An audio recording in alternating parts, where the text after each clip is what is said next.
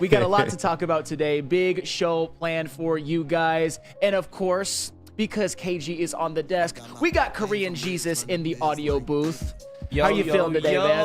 I'm feeling great. Honestly, a little happy I get the buffer from Neil until maybe tomorrow, but we'll see. Not afraid of it, but kind of happy I get a day off. How was the your Grand Prix experience this weekend? My Grand Prix experience was absolutely fantastic. I got to interview a bunch of drivers, including Indy 500 winner Joseph Newgarden and the race's second and third place finisher Marcus Ericsson and Marcus Armstrong.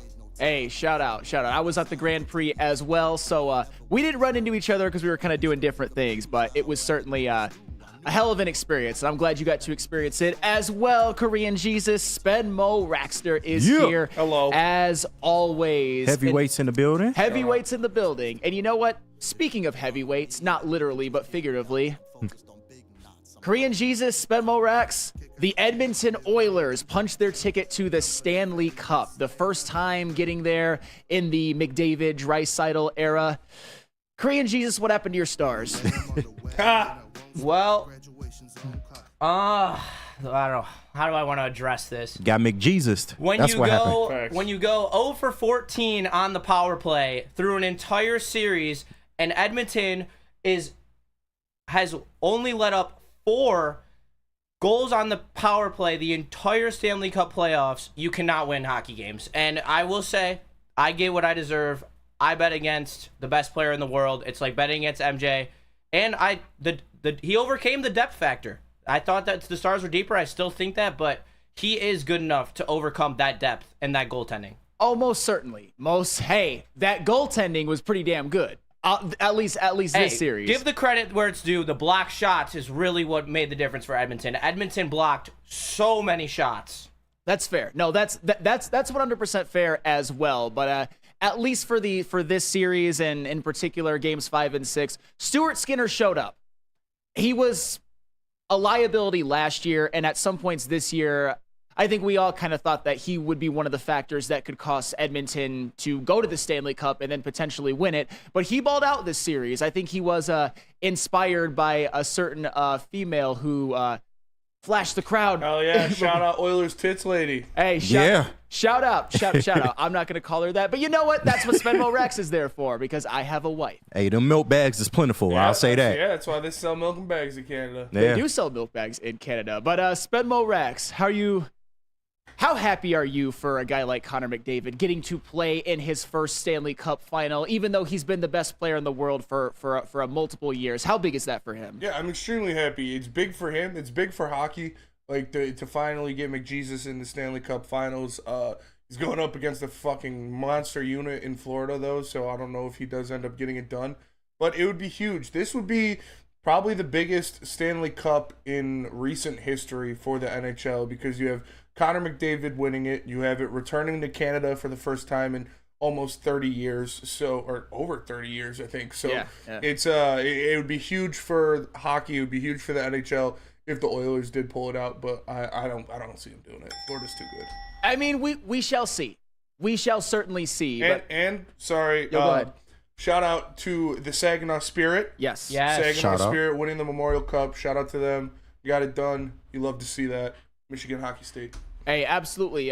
Shout out to my mom. She graduated from Arthur Hill in Saginaw. Hey, that's where she out. grew up. So I'm plenty familiar with the city, and the Spirit are definitely a big deal. I mean, that's their team, and when they do well, I'm very, very excited. But there's plenty of other good news. Before we move on from hockey, go ahead. I'd love to say one more thing about that Dallas Panthers series. We ready to get back to it. Or Dallas, or Edmonton, and then the future Edmonton Panthers series. Dallas didn't play as physical as I thought that they would. So I'm very curious to see how the Oilers are able to deal with the Panthers' physicality, as that is their bread and butter, and that's how they're going to come into this series. There's no doubt in my mind that they will come out firing game one, trying to throw whatever they can at Connor McDavid and Leon Draisaitl. I mean, here's the thing. And we're going to talk about some other things as we as we go along. We got the Justin Jefferson contract. Yeah. We're going to get to that Breaking. in segment number 1. That is absolutely huge. We're going to talk some Tigers, Spencer Torkelson. We're going to talk some Troy Weaver. So much news this weekend that it's kind of crazy that we had to wait until Monday to talk about it all. A little bit of Lions. But yeah, I want to get back to hockey for this first segment. It's interesting because this Oilers team, we all knew. Well, one of the things that I said, if they wanted to make it as far as they possibly can, like win the Stanley Cup, Draisaitl, McDavid, Nugent Hopkins, Bouchard, and Hyman all had to fuck. Every single one of them, because they're not a team that's as deep as others, and they almost certainly did. All of them had at least a point per game. You have Connor McDavid with 31, Leon Draisaitl with 26, Zach Hyman with 14 goals. But one of the things, as we all mentioned, they literally did not allow a single power play goal to Dallas this entire series. That's unbelievable. You can't lose that way, especially when Edmonton's power play is as good as it is, and they've killed 28 consecutive penalties. That's impossible, but they've done that. And when you really spell it out, if you have a team that's that talented, that kills penalties at such a clip, you're going to win. If you continue to do that, you're going to win the Stanley Cup. And also, shout out to Stuart Skinner. I just want to get into a little bit more detail. A guy who was often maligned, who was called a sieve by Korean Jesus, and I still think so. Sorry, I don't think you were off base, but you can't say that today because I cannot say that today. You're correct. Stops. Hey, 100%, 30. Let me put it to you guys this way, and you guys all know this, but when I really spell it out, Dallas outshot Edmonton 35-10 and lost. Yeah. Stuart Skinner was huge last night. Stuart Skinner in games 5 and 6 had a save percentage of .964. In the series, .923. When you do all that, when you kill all the penalties, when you have the high-end talent that Edmonton has, that's the recipe for winning. That's the recipe for beating a team like Dallas, who has more depth but less talent, had some qualities like physicality that you think would potentially hurt Edmonton. But this series, Edmonton overcame that, and I think I'm personally am very, very happy. I didn't want to see Dallas in the Stanley Cup Finals, but I'm not sad about it. I do. It's great for the game that McJesus is in the Stanley Cup Final, and you saw how big of an impact he had last night. His first goal, they played him on the back door. They wouldn't let the puck come to Hyman, which gave him that space to get open and make that move on the goalie to go top shelf. And then after that, the second time he comes down, They double team him, leave Hyman wide open in the slot, and then he scores, which is why McDavid is so good. You can't play him any way and stop him. It's McJesus' world, and we're all just living in it. 100%. And spend more hamsters, flannel on speed. I just love doing the show. I'm excited to do the show. I don't think I'm out of my mind crazy or anything like that. Not yet, anyway. Hey. Usually happens on every show, so we shall see. And Mike G, Stars had a nice run. They were built for long runs in the West, just ran into a very motivated McJesus. But that first goal, that goal that McJesus had, that is one of the best goals I've ever seen in my entire 100%. life. Absolutely. It was absolutely disgusting. He cut up 3 people in a phone booth and then top shelf the backhand. Like, that was nasty. Nasty stuff. And the true elite edge work, like that is really what sets it apart, is how good he is at skating on his edges. He can cut quicker. He can go on better angle. It's just, and his hands are nuts. He has crazy good hands. Pause. Hey, he may be the most talented hockey player who ever walked this earth. And yes, that includes Wayne Gretzky. I'm not saying that he's going to be Wayne Gretzky or get all of the accomplishments. Still but, early. It's a different era. Yeah, it is a different era. It was easier to score goals back then. If you put McDavid back there, he will beat Gretzky's numbers. I have no doubt about that. Wow. I agree. Sheesh. Hey, and you know what? That's why I called him maybe the most talented hockey player ever. And we're seeing it. And I'm kind of glad too. And I know most people didn't think this, but for anybody who says that Connor McDavid was like a little disappointing in the playoffs, to me, that's just insane. He wasn't the reason why they ever lost a series, ever. And now this year that he's got the help with goaltending and the PK, and as they've acquired guys like Hyman and Bouchard, go ahead. He has 31 points. 31 points. In 16 games. It's absolutely unbelievable. That's an unbelievable clip, especially against teams with good enough goalies to at least neutralize him to an extent. Yeah. There are certain benchmarks that he could catch with a great Stanley Cup Finals. I'll just say that. We're going to get into it a little bit more later when we talk about McDavid and talk about guys like Luka, guys who can get off the title schneid, guys who can be maybe all-time greats in their sports, but they just don't have a title yet, but have a very, very good chance to get one this season. How excited are you guys? I'll go to you first, KG. NCAA 25. Oh, man, I cannot wait. I've been watching all the gameplay footage. It's not just a Madden reskin. Shout out to Spinny. I know we done discussed that back and forth. They are coming with it, man. I can't wait. You actually have to manage your team during the games and stuff like that. Road to Glory looks good. I can't wait for Dynasty mode. It's going to be live, man. I'm excited. I'm getting it day one. Hey, how can you not? And I know, especially us being in our early 30s, we grew up on those games, 14 and everything. It was just absolutely phenomenal. Playing as Denard Robinson. I know, Shoelace, man. That was the last great NCAA, man. Shout out Shoelace. Shout out Shoelace. Wish you didn't have that incident and have to leave the coaching staff position. I think you were a little overrated as a quarterback, but that's all well and good because, hey, I'll tell you what, though. Those rushing numbers, I always joke that he's one of the greatest running backs in Michigan football history. By the numbers, he is. No, seriously. Korean Jesus. I know you're a little bit younger, but did you get into the NCAA games back in the day? 100%. I was huge into them. My first one was the one with Tebow on the cover. I don't remember which one that is. So I'm a veteran, and I've been playing NCAA football 14 since the game stopped its manufacturing. I still play it, and I have even updated rosters from 2021 with a jailbroken version of the game. I absolutely love this game. This is my favorite game of all time, arguably. I am so excited. It looks so amazing. No Madden reskin, like KG said. That's the biggest part. It looks like it has fun, quick gameplay to emulate the college football experience, and I am so excited. Absolutely. Spenmo Rax, you excited about NCAA 25? Yeah, for sure. I love the NCAA games. I'm ready to get that powerhouse of Kent State working again. Every year I choose Kent State and ran them into a couple championships, so I'm excited to get that back in full swing. Absolutely. My school that I used to use as that mid-major team that I would make a dynasty was UNLV. Nice. I would always use UNLV for some reason, but Kent State's a good one. And the funny thing is me being the biggest Michigan fan ever, I played the game so much as a youngster. No wonder I didn't have any friends or get as good of grades as I should have. It's probably because I was playing NCAA all the time. But I would get so sick of playing as Michigan even. You needed a little bit of a variety. You do. Sometimes I would try Texas or USC or something just to kind of, I don't know. You got a little sick of playing against teams.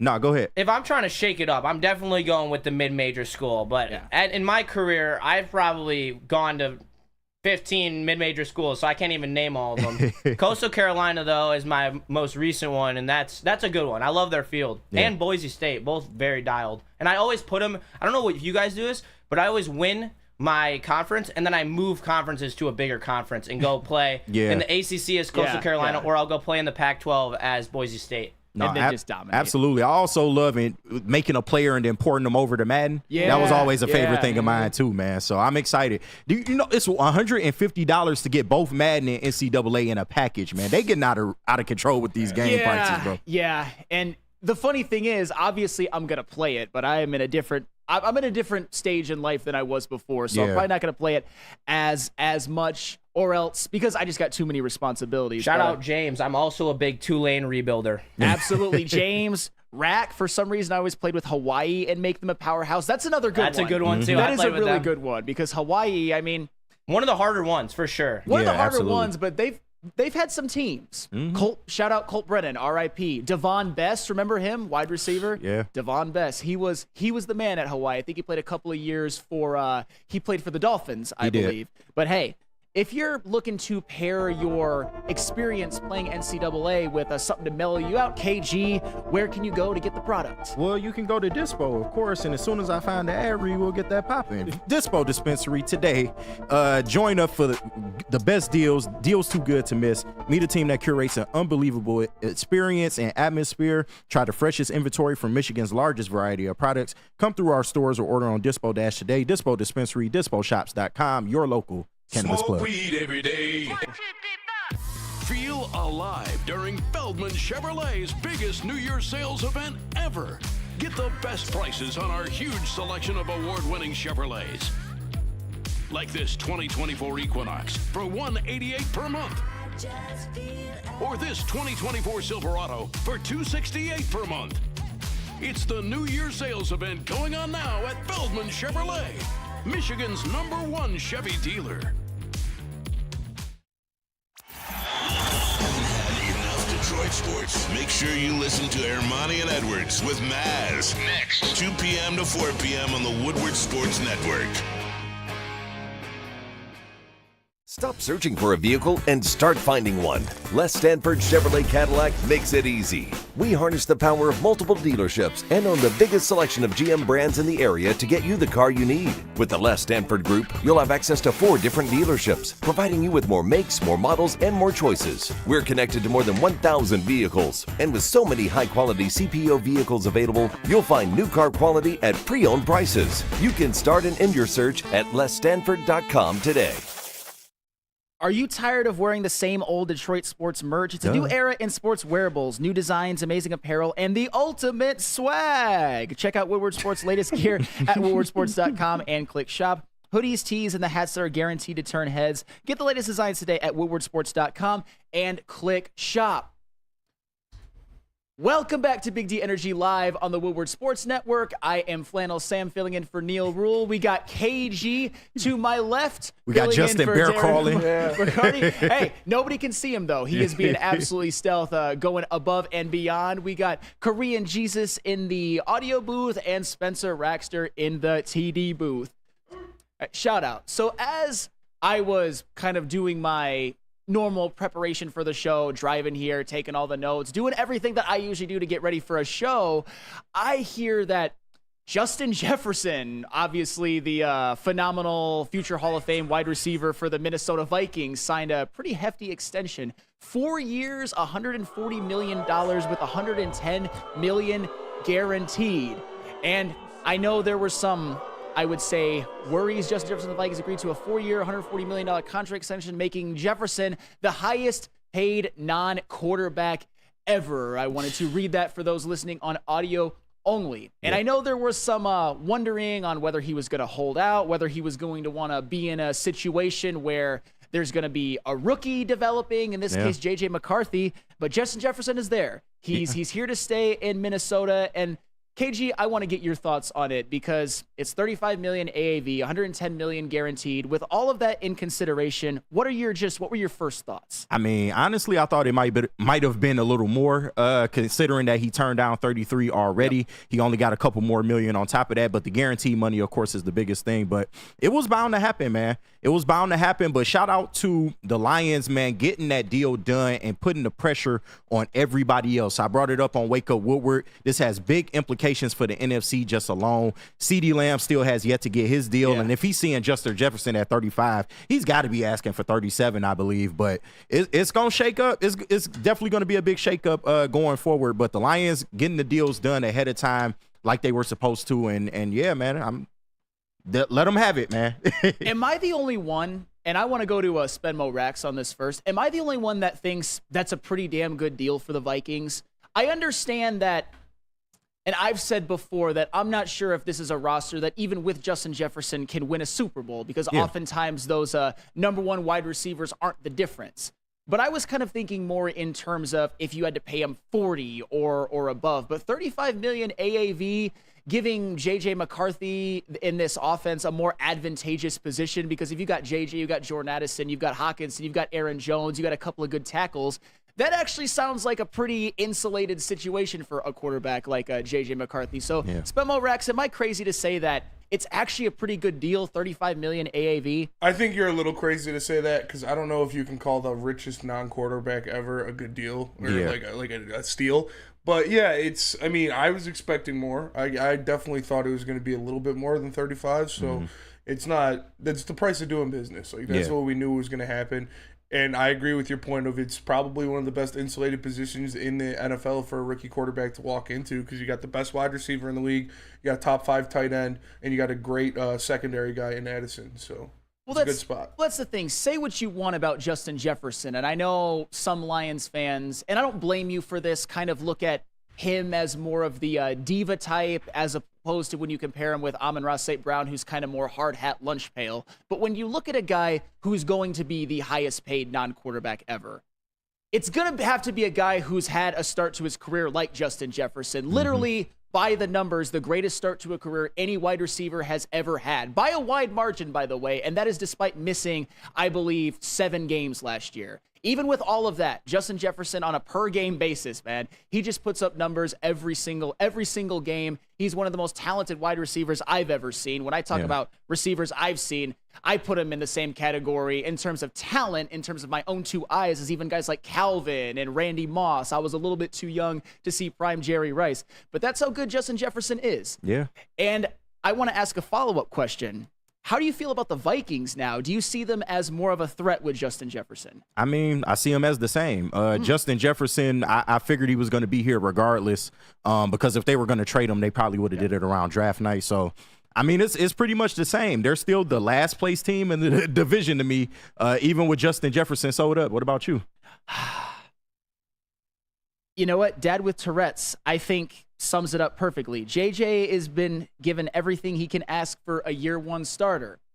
And that's the thing with the Minnesota Vikings. And I know I've had moments where I've kind of been a little bit wishy-washy on them. But now that I know for sure that they have Justin Jefferson locked up, I look at the situation. I look at even a couple of the moves that they made defensively, like drafting Dallas Turner, getting Blake Cashman, getting Jonathan Grenard, getting Andrew Van Ginkel. This is a team that I think this is the best division in football by a decent margin, although the AFC North might have something to say about that. Yeah. I think this is a team where, no disrespect whatsoever, but I'm sorry to tell everybody the truth. Thank you, Korean Jesus. And speaking of which, what are your thoughts on the Justin Jefferson extension, and what do you think of the Vikings? I like it because I'm glad we got a Mons deal done when we got it done, because now it's just looking better and better as we move forward. I don't like the Vikings this year. I don't think JJ is going to have a successful season. I really question whether he is even going to show as much flash as people say he is. I think that is a very developmental pick, and I think he's a quarterback who needs to sit for a year. I don't think that he's going to be a day, he shouldn't, and he might, but a day one starter. Yeah, and you said he's insulated, which he is, but for how long? Because when you look at a contract that big, how are you going to be able to retain certain pieces? I mean, Jordan Addison will be up soon. Yeah. They're going to have to make some moves defensively. How long can they keep this going when you're paying your wide receiver that much money? I mean, Addison was a rookie first rounder, so they could give him a fifth-year option. He's going to be here for a while. And TJ Hawkinson, he's under contract. I want to respond to something Cody Ingle said. It's funny how many people make JJ the boogeyman. He's a rookie. I'm not saying that at all. Like, if I'm talking about skill set and everything, as Justin was saying, if he would have went to the New England Patriots, I would be like, oh crap, JJ's going to fail just because of the situation around him. Mm-hmm. It didn't make a difference if it were Drake May or if it were Jaden Daniels. That's a bad situation. Same with even the Commanders, although I like their situation certainly more than the Patriots, and even Drake, Bo Nix to the Broncos. That's going to be tough. It's more about the situation, and I personally think, and a lot of people disagree with me on this, Sam Darnold, year one with this situation, he's not going to be that bad. I agree with that. People act like he's the worst quarterback ever. He was all right at times. He was bad at times, but he was with the Jets. But what's not that bad in this division? I understand. It's certainly not going to be easy for whoever quarterback it is, because it's an NFL team, but with the receivers that they have around them. I mean, think about this. Justin Jefferson, Jordan Addison, TJ Hawkinson. I can't think of a trio better than that off of the top of my head. Yeah. Maybe if I really thought about it, I could, but that is pretty damn good. But they took a step back defensively, and then when you look at what the Bears have done, I just expect the Bears to have a bigger leap in terms of, teams that'll be on the rise. Could we possibly see 3 NFC North teams in the playoffs? Still kind of lofty, but it's possible. It's definitely possible. I'm just about to enter that train that there are going to be 3 NFC North teams. I'm not quite ready to commit to that quite yet. Justin obviously disagrees. So tell me why. Tell me why, Mr. Jesus. Tell me why. I am sick of the Bears hype. First of all, I feel you. Caleb Williams had 20 turnovers in 12 games in college. How is that not going to translate to either the same or more in the NFL?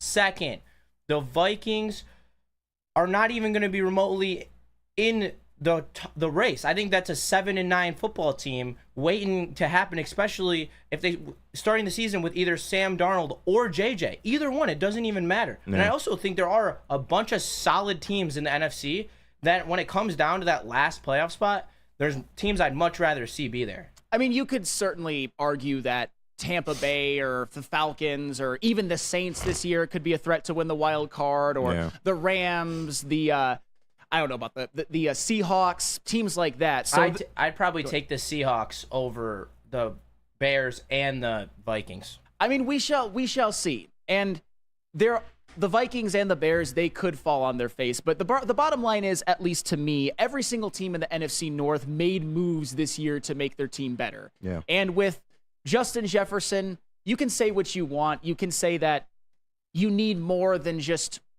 a superstar wide receiver and what they have already to be a Super Bowl contender. But the Vikings are going to be better with him than without him. J.J. McCarthy or Sam Darnold, whoever the hell is back there, will be more comfortable and have more options with him than without him. And there's also this uncertainty that we kind of banked on with the Minnesota Vikings and holdouts and all of that. That's now not going to happen anymore. They got the deal done really damn quickly. And at least to me, that tells me that maybe Justin Jefferson isn't as much of like that diva wide receiver as maybe we think. Maybe. I don't know. I expected him to hold out, but he didn't. So I mean, to me, I don't see him playing through this whole contract. That's just me, though. Okay. In 2 years, once they continue to lose, he'll want out. It's going to be hard because JJ might stink. He might. A number 10 overall pick quarterback, those don't have a 100% hit rate. I'll just say that. They have a less than 50% hit rate, by the way, at least when it comes to being like franchise quarterbacks. So we shall certainly see. It's just, if you're JJ McCarthy, you're on cloud 9 right now. Yeah. If you're JJ McCarthy, you probably feel like you have everything set up for you to succeed. I'd even go with an offensive coach in Kevin O'Connell, who me and you disagree with, KG, but at least he's offensive minded. Yeah. It's not like Caleb Williams going to Eberflus, which I think was a mistake from the beginning of hiring a guy like Eberflus, but still, getting that offensive coach is a big deal. Getting those weapons is a big deal. And Justin Jefferson is now in this division, at least for the foreseeable future. So that makes things tougher for the Lions, but obviously I still have the Lions as the cream of the crop. You're going to have to do more than that to pass the Lions in my book. But first, you know what else is great in my book?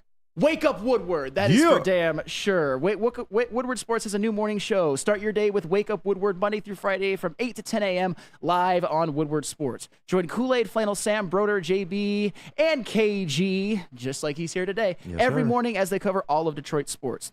Sports talk, banner, and live fan interaction, all on Detroit's #1 sports network, Woodward Sports. What's up, everybody? Neil Rule, Big D Energy, Woodward Sports Network, home of the Planet Fitness Studios. Let me tell you a little personal story about myself with Planet Fitness. Planet Fitness helped me change my life, and it can do the same for you. The best gym in the gym game. The clean facilities, tons of cardio equipment, tons of weights as well. And look, through all the price increases, inflation, all that, hasn't happened at Planet Fitness. Still $1 down, $10 per month, $24.99 a month for the Black Card as well. It's Planet Fitness, everybody, where your fitness is essential. A ton of fun, a ton of sports, and a ton of man meat. Welcome to the Woodward Heavyweights, live daily 5 to 7 p.m. on Woodward Sports.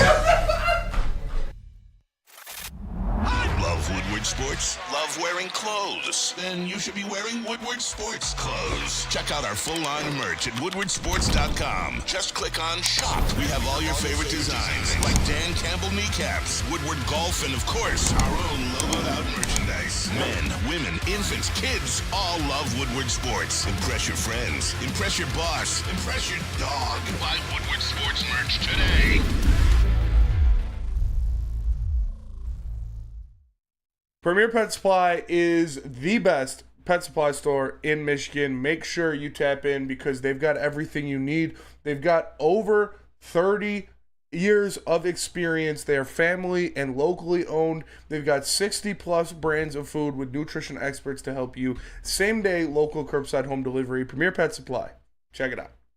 Welcome back to Big D Energy Live on Woodward Sports Network. KG obviously understands the annals of Woodward sports history. Damn right. RIP Woodward Bets. Welcome back to Big D Energy Live on Woodward Sports Network. I am Flannel Sam filling in for Neil Rule. We got KG filling in for Darren McCarty. Shout out D-Mac. Big Lions 2001. KG is ready for a starting spot on the desk. Looking forward to that promotion hopefully soon. Hey, I appreciate that, y'all. Hey, and Alan W. agreed Big Lions 2001. and 1. So yes, KG is doing a great job, and that's how you make it in this business. Hey, That's make how sure you to grow. put in the chat CTC. Make sure to tell them to cut that check for me. Absolutely, as they most certainly should. But you know who they should probably cut the check for, as in cut it up and throw it away?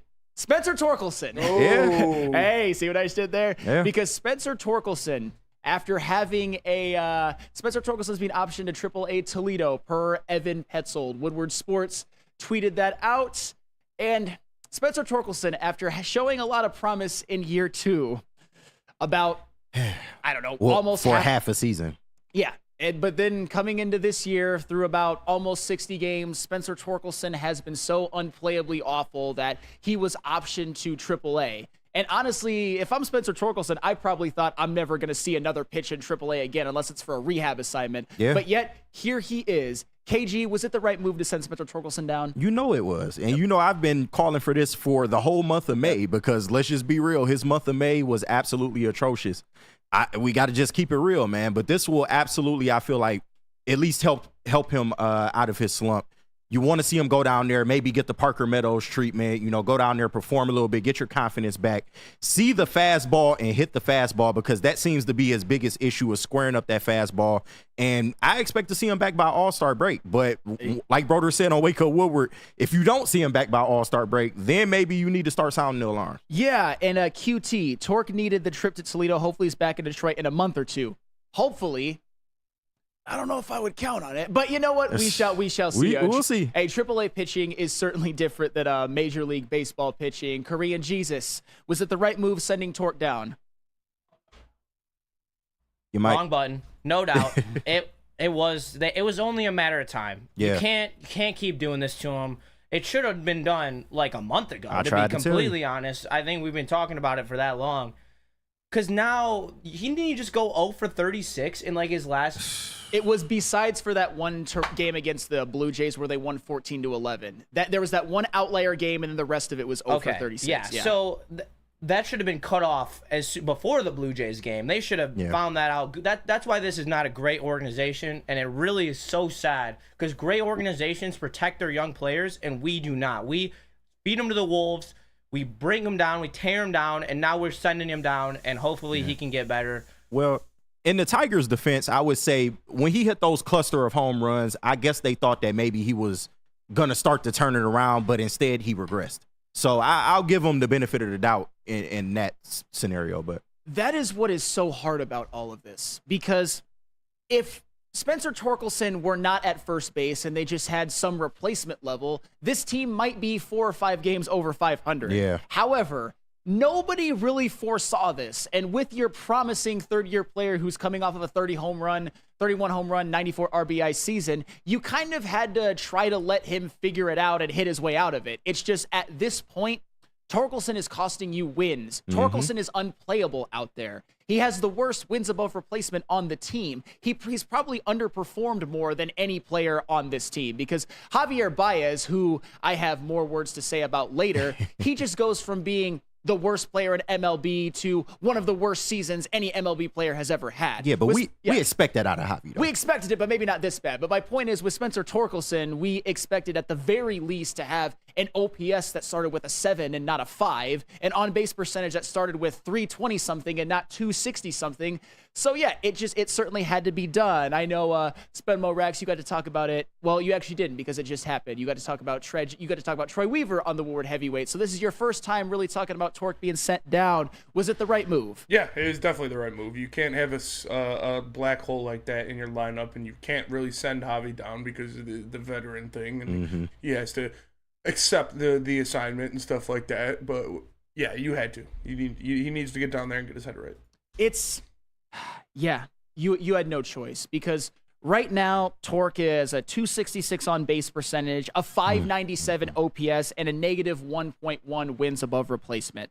For his career in 1,175 at bats, a 296 on base percentage and a 683 OPS. And this was supposed to be for your starting first baseman of the future, the number 1 overall pick, the college bat that was supposed to be more MLB ready than, say, a pick like Max Clark, to give an example. And Spencer Torkelson, for the most part in his career, he's been horrible.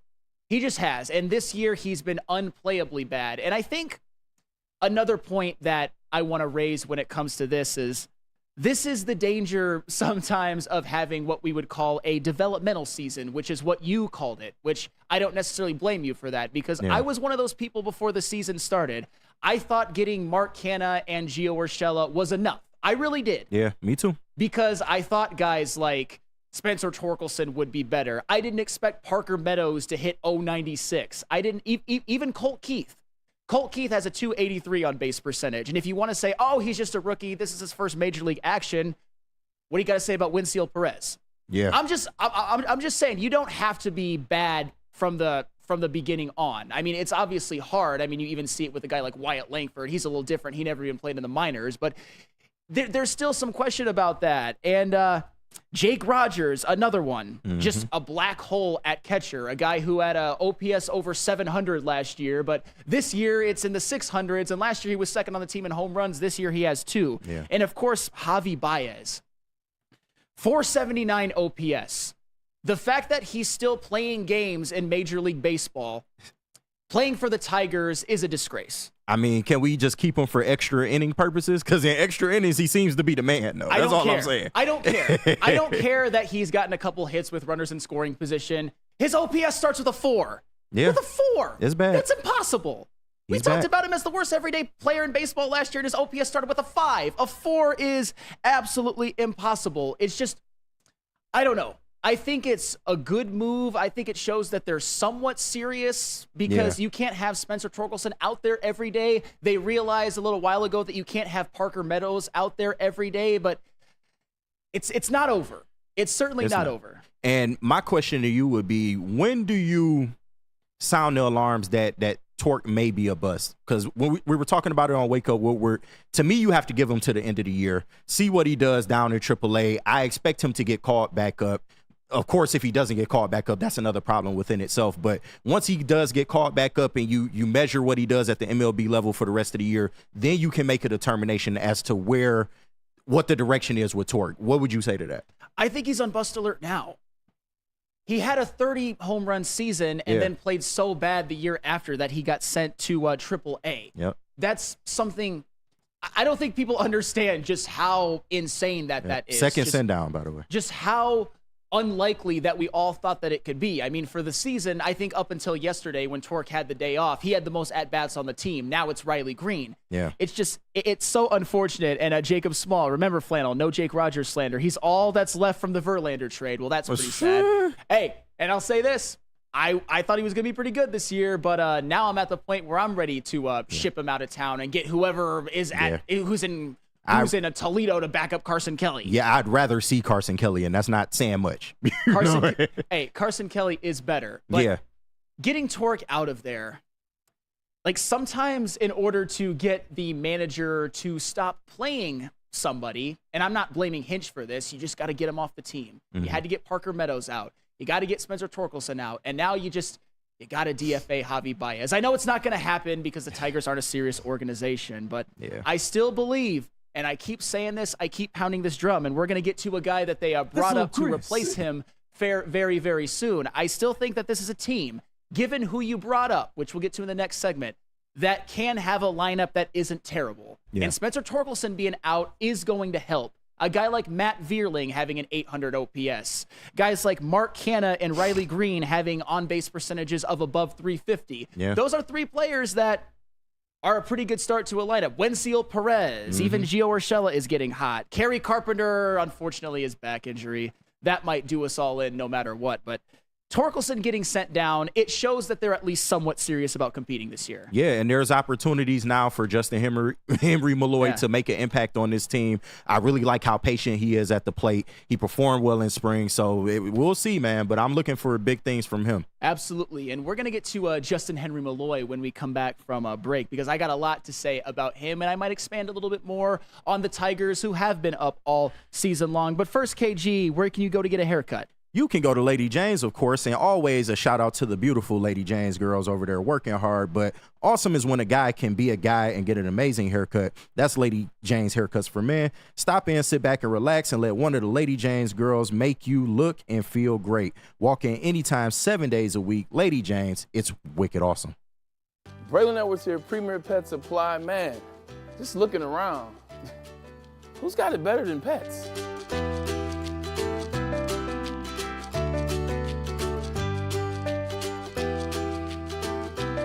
Come on, a baby stroller for Coda?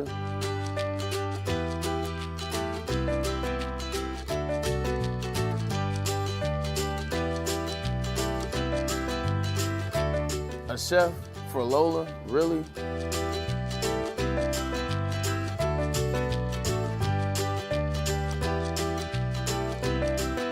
don't have to tell me who the real boss here is. Who's got it better than pets? Nobody, especially here at Premier Pet Supply. For over 30 years and more than 13 locations, Premier Pet Supply has everything that your pet can dream of, and guess what? It's all under one roof. Premier Pet Supply, family owned, operated, and proud to call Metro Detroit home. Check out premierpetsupply.com or scan the QR code today. Who's got it better than pets? Nobody! Come to any Lady Jane's Haircuts for Men and claim your throne for a king's treatment from one of our talented stylists. Open 7 days a week, walk in anytime. Just get to a Lady Jane's today and receive a precision haircut, scalp massage, hot lather neck shave, and a hot towel treatment. A haircut should not be a chore. It should be an experience. And that's exactly what Lady Jane's has to offer. Open 7 days a week, walk-ins are always welcome. There's always a location near you. Lady Jane's Haircuts for Men, it's wicked awesome. If you're looking for the best defense and home security, then we got your answer. Guardian Alarm, man. Customized solutions from real experts. Our professional technicians take the time to recommend security and automation solutions specific to your needs. 24/7 professional monitoring. Call us anytime, day or night, and know that a Guardian team member will stay on the phone as long as needed. Technology backed by people. Your safety and security deserves technology that's proven to work and people that are proven to care. But y'all know what the number is. 1-800. Stay out. Once again, that's 1-800. Stay out. Guardian Alarm, your local security experts. Keeping it pushing on Big D Energy live on the Woodward Sports Network. I am Flannel Sam filling in for Neil Rule. We got KG to my left on the desk filling in for Darren McCarty. We have Korean Jesus playing all of the great beats in the TD booth and providing analysis as well. And we got Spenmo Rex, the original, the one person who is on the usual show in his spot is here today in the TD booth. So shout out continuity and shout out familiarity. And he spit hot fire, man. The song is hot. Yep. If you guys don't already know, if you guys don't watch the Woodward Heavyweights, this is a Spenmo Rex original. And shoot, I didn't even know that it was, but when I was first watching the Heavyweights and being a part of the Heavyweights, it was like, man, this song is really good. Yeah. Spenmo Rex I said the original. same thing. I'm like, who the hell Shout is out my this? boy Anton. Hey, He made us sound good. He's a legit music producer. And we're just getting high, getting drunk, threw some raps on the track. That's the best way to do it, And he man. made it sound good. Shout out Anton and QT in the chat. How old is Torque? Some guys don't fully develop till they are 25, 26. I hope that he can develop in Toledo. Yeah. Because you can't keep throwing him out there every day. It's hurting the team. It's they're still, I mean, they're definitely alive for a wild card spot. They definitely have to go on a hot streak soon, but they're well alive for a wild card spot as long as they play 5 or 6 games over 500 for the rest of the year. And Spencer Torkelson is actively hurting them from doing that. But do you know who I personally believe is going to help them achieve their goals? And who was that? Who did the Tigers call up? None other than Justin Henry Malloy. Long time minor leaguer in the Detroit Tigers system. Justin Henry Malloy, these are his stats in AAA Toledo this season. 253 average, 6 home runs, 27 RBIs. And the key number. 883 OPS. And the even more key number to me, 410 on base percentage. Damn right. KG, this was a long time coming, right? Yeah. Like I said, he was performing well in spring. We've seen glimpses that he can be really good on the major league level. Once again, want to point to how patient he is on the plate as noticed by his OPS number. So, yeah, I'm looking forward to what he can do on the major league level. I know he'll be playing more in the outfield. They're going to have to do some things at first to kind of supplement Torque being gone. But, I mean, it's better. I feel like his bat instantly will give this offense a spark. Yeah, I mean, I don't care who they have at first place. Hit the ball. Yeah. like Gio Urshela we all can know do you it. don't like defense. I mean, Mark can. Whoever wants to do it can do it. As far as I'm concerned, just don't have an on-base percentage in the 260s. That's all I ask. Don't have an average that's like 204. That's all I ask. And I personally have faith in Justin Henry Malloy and Spenmo Rax. Is that something that's gonna make you get a little bit more excited about the Tigers sending down Torque, which they definitely should have, and we all agree on, and bringing up Justin Henry Malloy, a guy who has more than earned his call-up? Yeah, I don't know if it would make me more excited. What would make me more excited is if Torque was hitting the ball. Like, sure, 100%. That's the guy that would make me excited. Like Henry Malloy, we expect him to be a decent player, but I don't expect him to be this all-star. I expect him to be a rotational guy. Maybe he can hit pretty well in the majors, but he definitely earned a shot. He's been hitting the ball like crazy in AAA. He's got some great pop in his bat, and I'm excited for him to get a shot to see what he can do.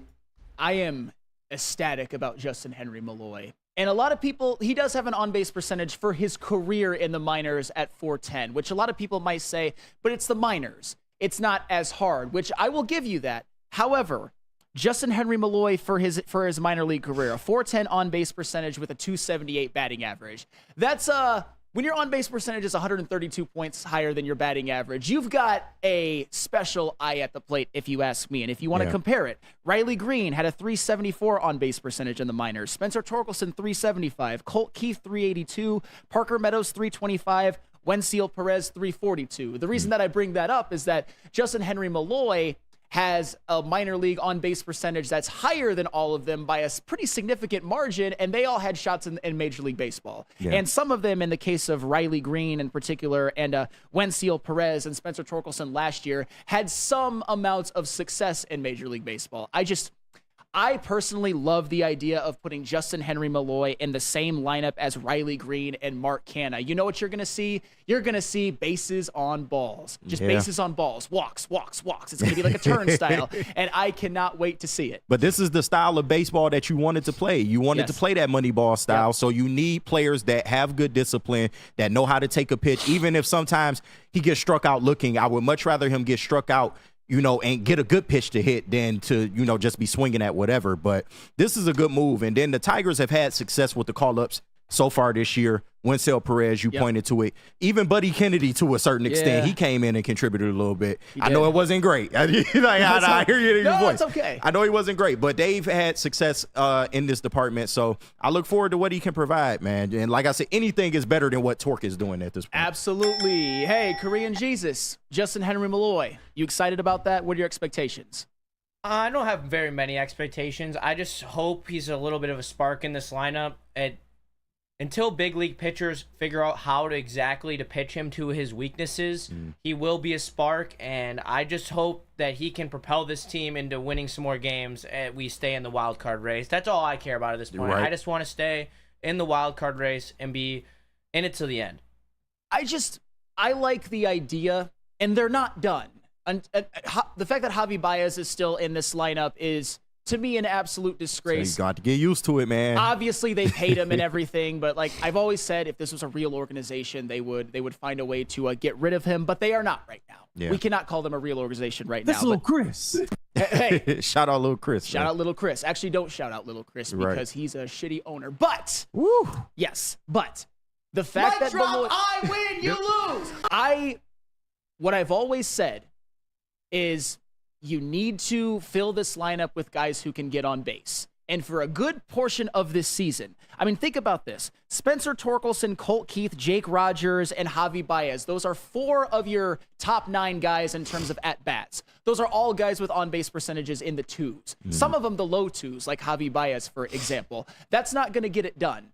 And like the Moneyball showed us, sometimes in order to not get those guys to be played, you have to make it so that you can't play Torque. Why? Because he's no longer on the team. Yeah. You can't play Parker Meadows. Why is that? Because he's no longer on the team. And I like Parker Meadows, or I did. You can't have a batting average of 0.96 and be in the MLB. He's staring it up in AAA though. I'm not saying that these guys are done. I'm not saying that I'm ready to throw them in the trash just yet. It's just, I get frustrated when I see a team that has so many pieces that are actually doing well Mark Canha was a phenomenal acquisition. Riley Green is a 351 on base percentage. Matt Vierling, who I never lost faith in, by the way.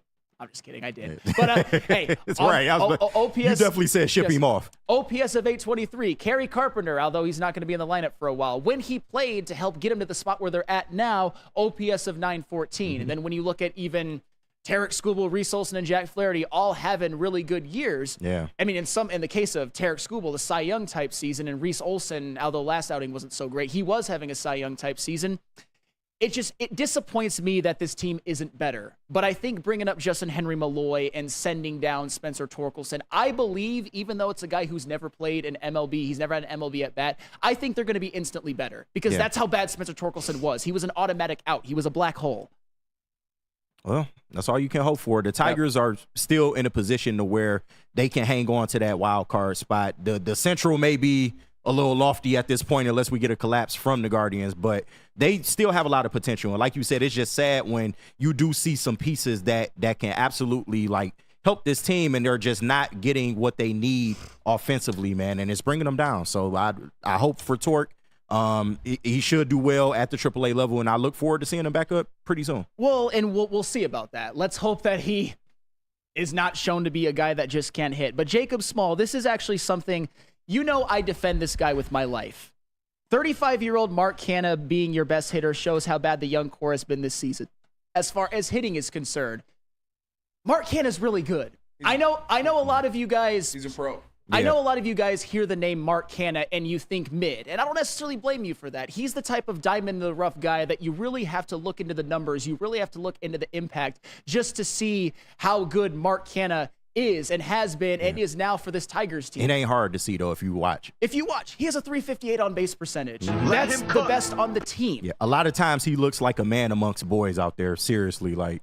The way his approach at the plate, the young hitters can definitely take a page or two from Mark Canha. And I think Riley Green is. I think Riley Green is the type that has that special strike zone discipline that is susceptible to watching a Mark Canha and watching Mark Canha take those borderline pitches on 3-2 and head down to first for a walk. Yeah. And Mark Canha, just so you guys know, and actually this goes for Mark Canha and Riley Green, but I'm specifically choosing Mark Canha because I see people still discredit him. He has a higher on-base percentage this season than Ozzy Albies, Jose Altuve, Fernando Tatis Jr., Adley Rutschman, Ellie De La Cruz, Jose Ramirez, Matt Olson, Cody Bellinger, Jazz Chisholm, who's a bum, Marcus Semien, Pete Alonso, Nolan Arenado, Matt Chapman, JD Martinez, and Justin Turner. By the way, Justin Turner fucking sucks right now. Yeah. He's terrible right now. He's getting up there in age, man. A lot of people want him on the Tigers, though.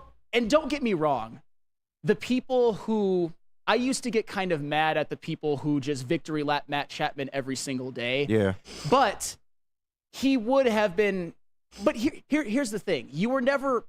Nobody ever thought that Spencer Torkelson would be sent down. Exactly. Obviously, if you had Mark Canha and Matt Chapman, or Matt Vierling and Matt Chapman, or Gio Urshela and Matt Chapman, or Mark Canha and JD Martinez, you'd be better. But I'm not going to fault, let's just say, Scott Harris, for example, for not seeing that Spencer Torkelson was going to be this bad. Yeah. Korean Jesus? Yeah, I wanted to go back to what you said a second about Mark Canha and the rest of the bats being not as disciplined as his bat. And I think that really speaks to how big of a pro he is, because even with so many guys slumping and going up and down, he really is the only piece that's been truly consistent and not let any of those struggles affect the team. He really every single Tiger should be hitting BP with him, just picking his brain, learning how to be a pro and how to take those at bats like that. It's so key for this team if you want to build in that Moneyball type of style. Well, and you know what I love about Mark Canha too? And Broder, I appreciate your comment. I'm not going to read it out loud because it's going to sound really self-serving, and I'm a humble guy. But Broder's the man too, by the way. Your mic. And his mic was muted too. Yeah, right. Yeah. I guess don't nobody want to hear that shit. But people, and I think people do understand who are big baseball people, the importance of, even when you're in a slump. I'll give you an example. When Spencer Torkelson or Javi Baez are in a slump, which is the whole season, or their whole career, or in Javi Baez, his whole Tigers career, they're going to go 0 for 4 with 2 strikeouts, a ground out, and a pop-up. Yeah. If you're slumping in your Mark Canha, you might go 0 for 3 with 2 walks. That is absolutely huge because everybody slumps. I mean, Ted Williams, like Juan Soto, Barry Bonds, we can name them all. Josh Gibson, a former Negro League great player who is now first all-time in batting average. They all slumped from time to time. But if the pitcher can't throw strikes and you still have that great strike zone discipline, you can get on base. And when you're on base, you can maybe hope for your teammates. And then you can steal second. You can, right? Or you could get thrown out and undo every single thing that you just did. But I know what you mean. If you steal it over an 80% clip, I'm not too mad at it. But I'm one of those people that any single time that I see someone get thrown out at second, I just want to go insane. I know. But that's all well and good. And then more times than not, Mark Canha is coming through in a big spot too. Yes. And we've seen Torque bases loaded or people on base and he strands them or he gets punched out looking. Like, these are things that we need him to work on in order to take his game to the next level. But like you said, it's not good the way they've progressed this year. The organization couldn't have accounted for how bad their young talent has regressed this year. Yeah, and if you want to say that you could have maybe foreseen that from Parker Meadows, I'm not mad at you. Right. Parker Meadows played like 36 games last year. But Spencer Torkelson, there was just no way. But there is a way because it's happened. And I think that 2020 class ain't looking so hot, huh? Oh, no. It looks like because you start to think, who should they have drafted? Nobody else is going to make an impact. But Spencer Torkelson, I would say Spencer Torkelson and Javi are the two biggest reasons why this team isn't better. Yeah. But with Spencer Torkelson, with Javi Baez, even before the season, we were talking about maybe the rest of the lineup can kind of hide him a little bit and make his struggles not as significant. With Spencer Torkelson, you were talking about him maybe being your best offensive player. And your long bomber, because this team does not have anybody that can hit home runs consistently. So that's what I've been saying the whole time. Like, yes, Javi Baez is bad. Yes, we all know he's bad. But that was to be expected. To me, the bigger problem with this team was Torque and the way he was hitting, because if you got somebody in the 3, 4, 5 spot and he's not coming through to the degree that he wasn't, then that's just it's bad business, man. Yeah, and Broder, I got to tip my cap. Give 1 point to you guys. Yesterday, Gio Urshela driving in Riley Green from second after a Green stole second base was poetic. Yep. Hey, don't say that too loud. Neil might hear you, man. Shout out Neil, man. I told you about Gio, man. We hanging in there. My take still stands. He needs to walk more for the love of God. But you know what? He's putting bat to ball now, though. He is putting bat to ball. He does have a 275 average. He had a couple of home runs. He's a guy that for the rest of the season could be like the professional hitter. Exactly. I'm not saying, at one point I was saying get rid of him. Now I'm not anymore because the Tigers make you a little bit bipolar, or maybe I overreacted one way or the other way. I'll let you guys decide. I wonder what you guys are going to pick. And shout out to the lefty killer, Andy Ibanez. Shout out to Andy Ibanez, another one who needs to walk more for the love of God, but is having a lot of big hits. He's certainly not bad, but if Spencer Torkelson needs a little bit of insurance, where should he go? I got just the people he need to see. You can go see the homie Mark at Swiss Insurance today. Now more than ever, it is critical for him to have his insurance reviewed, and Swiss Insurance will make sure that his carrier is not slipping in extra fees, and they can help y'all too. So call Mark at Swiss Insurance today, 313-530-1698, or go to swissins.com. What's up, everybody? Neil Rule, Big D Energy, Woodward Sports Network, home of the Planet Fitness Studios. Let me tell you a little personal story about myself with Planet Fitness. Planet Fitness helped me change my life, and it can do the same for you. The best gym in the gym game. The clean facilities, tons of cardio equipment, tons of weights as well. And look, through all the price increases, inflation, all that, hasn't happened at Planet Fitness. Still $1 down, $10 per month, $24.99 a month for the Black Card as well. It's Planet Fitness, everybody, where your fitness is essential. Congratulations to the real Coach of the Year, Motor City Dan Campbell. Just put your head down and go to work. It's about to be fun, man. It's about to be fun. Woodward Sports. Love Woodward Sports? Love wearing clothes? Then you should be wearing Woodward Sports clothes. Check out our full line of merch at woodwardsports.com. Just click on Shop. We have all your favorite designs, like Dan Campbell kneecaps, Woodward Golf, and of course, our own logoed out merchandise. Men, women, infants, kids, all love Woodward Sports. Impress your friends. Impress your boss. Impress your dog. Buy Woodward Sports merch today.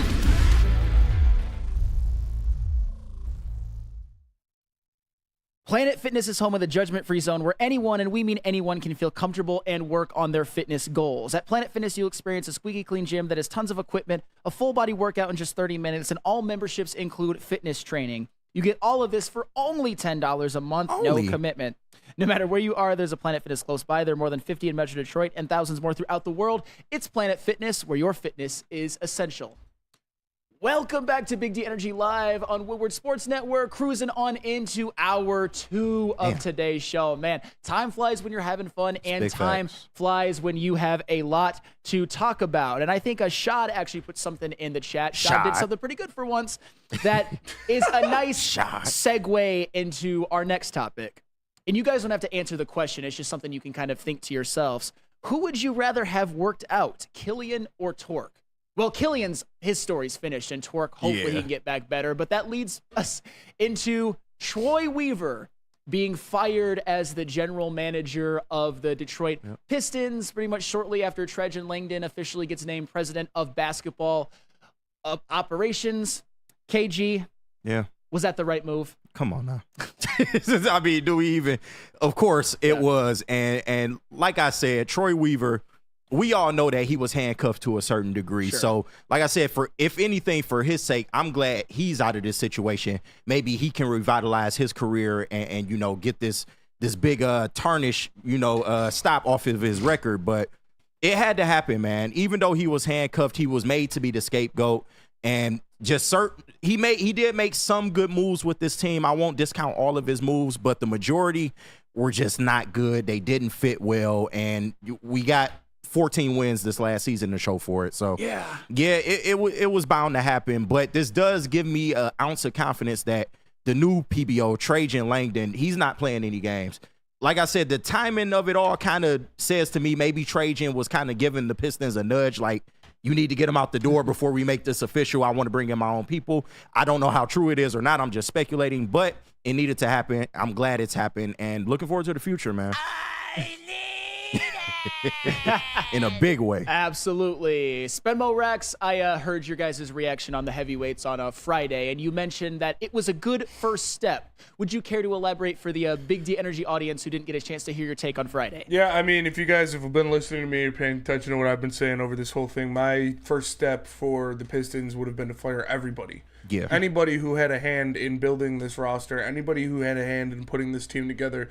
So having Troy Weaver, who had the biggest hand outside of the Tellums, being fired, yes, it was needed. It sucks. I hate to see a guy lose his job, but it had to be done. It had to be done, and hopefully this means they're going to hire another GM. Because if they don't hire another GM, then it'll just be Trajan Langdon as the mouthpiece for the Tellums instead of Troy Weaver, and it'll be a cyclical movement. And then I'll just sit back into mediocrity and hating the Pistons and what they are. So hopefully they continue to make moves, continue to get rid of people that had a hand in building what the Pistons are. Because nobody who did that should have their job. Well, if you're Trajan Langdon, who I think, at least under his stewardship as a GM of the New Orleans Pelicans, they were able to build what I believe was a championship roster. They could be playing right now if they were more healthy. Yeah. Especially if you believe in Zion Williams as a generational talent, which I most certainly do. If you're Trajan Langdon, you're probably thinking to yourself, do I need a Troy Weaver to work under me? Probably not. Yeah. He's probably thinking that I can do it just fine as long as I'm given the reins, which we all know with the Tellums, that's a matter of if and not when. But with Trajan Langdon, to me, that was a big step for me because I believe in what he did in New Orleans. I believe, or what was done with him as the GM in New Orleans. Careful to choose my words there, because you learn in Detroit that GM doesn't always do everything, but you understand what I'm saying. I believe in what was done in New Orleans under his stewardship, and I just think that if he is given the reins, he can build a basketball team, an NBA team that is successful. Because pretty much when it comes to the New Orleans Pelicans, all of the guys that contributed to this season last year and to their, I wouldn't say success, but success that was derailed by injury, guys like Zion, Trey Murphy, Herb Jones, CJ McCollum, Brandon Ingram, they were all acquired under Trajan Langdon's stewardship. It wasn't like he inherited anybody. So to me, which is what separates him from a Troy Weaver or even a Monty Williams or even a Dwayne Casey. I personally think that he had the best resume, the best record of success, even more than any of those. Yeah. And the three biggest questions going forward is, one, who, if anybody, is he going to hire at GM? Is Monty Williams safe in his job? I can't blame him if he isn't. And then what is he going to do with this draft? It's less than a month away. Yeah. A lot of decisions to be made as to whether you're going to trade that pick, you're going to try to draft another young player to add to this. It's a lot of questions as of right now. But what do you think is the biggest question at this point, now knowing what we know now with Troy Weaver being gone? I'm really curious what they do with Monty Williams. Yeah. Because the more I watched Monty Williams last year, the more I looked at his resume as a coach. Was he ever a great coach, or was he more of a Chris Paul merchant? It's a fair question. That is a fair question. And let me just elaborate on that. He coached in New Orleans in the early 2000s up until the early 2010s up until the mid 2010s. Yeah. They had 5 seasons, 3 times they didn't make the playoffs, 2 times where they went out in the first round. Yeah. And even when he went to Phoenix, in his first year, they had that big winning streak in the bubble, spearheaded by Devin Booker. Yep. But they were still a losing team. When Chris Paul got there next year and he was 5th in MVP voting, then the team obviously took off and made the finals. The reason why I say Chris Paul merchant is because Chris Paul has done this throughout his entire career. Yeah. We talk about him and some of his playoff failures, but as far as like uplifting regular season teams and taking them to the next level, Chris Paul has done that at 5 different stops, not just at Phoenix.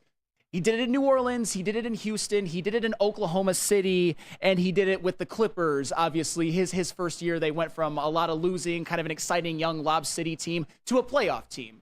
Elevated the floor, elevated them in Houston to the number 1 seed, even though it was more James Harden's team. Kept the Oklahoma City Thunder afloat, even though they lost Paul George and Russell Westbrook. It was him and SGA. And then with his rookie year in New Orleans, they go from 18 wins to 38. That's what Chris Paul does. And we were talking about Monty Williams as this great coach who took a team to the finals. And I'm not saying that he wasn't a good coach. I wonder if we all overrated and overvalued him in the first place, because we saw what his tenure was like in Detroit. It was an abject disaster. Yeah. I was longing for the days of Dwayne Casey.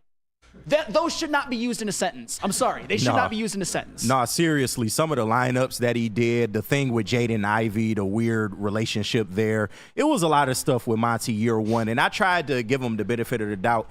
He's coming to a new team, to a situation that he maybe didn't even want to be in the first place, but he got the money.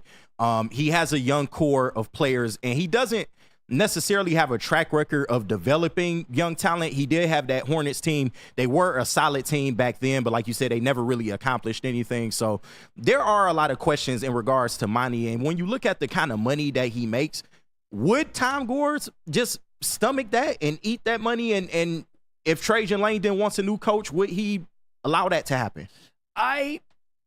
Here's what I think.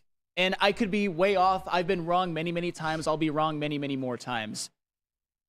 Troy Weaver might end up being the scapegoat for the entire organization. And for the record, when your franchise has 74 wins in 4 seasons with you as the GM, no matter how handcuffed you are or are not, it's not good enough. You have to go. Somebody has to fall on the sword.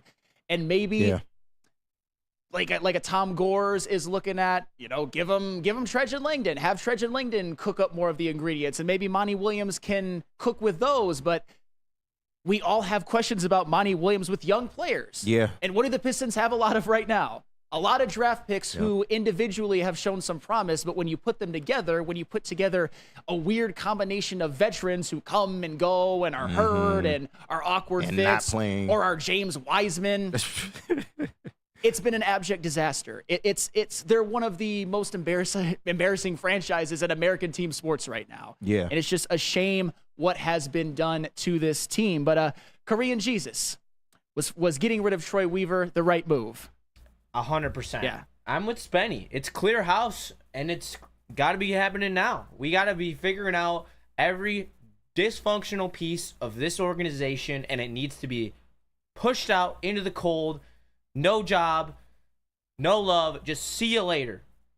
Yeah, and like I said, there's no reason for a Trajan Langdon to want to work with basically Troy Weaver as your inferior, or like opposite of superior, as your inferior. There's no reason for that, because I mean, Trajan Langdon, as I've said before, there were, and I know we talked about this before. I already mentioned it with Monty Williams.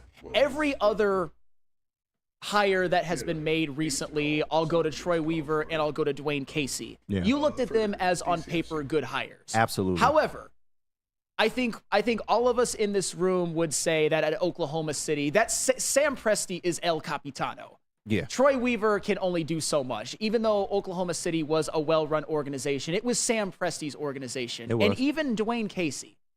And I'm not trying to pick on Dwayne Casey too much. It's just I'm using this as my point as to why I think Trajan Langdon's resume was less blemished. Dwayne Casey did do a good job in Toronto. Absolutely. He did win Coach of the Year. However, I also believe he deserved to be fired from Toronto, because his last season there, the year that they won Coach of the Year, or he won Coach of the Year, the year that they got the #1 seed, the year that they got to play a LeBron-led Cavs team in the playoffs without Kyrie Irving, they were LeBronto swept in the worst way possible. Yeah. So that was his biggest issue. He couldn't get over the hump in Toronto.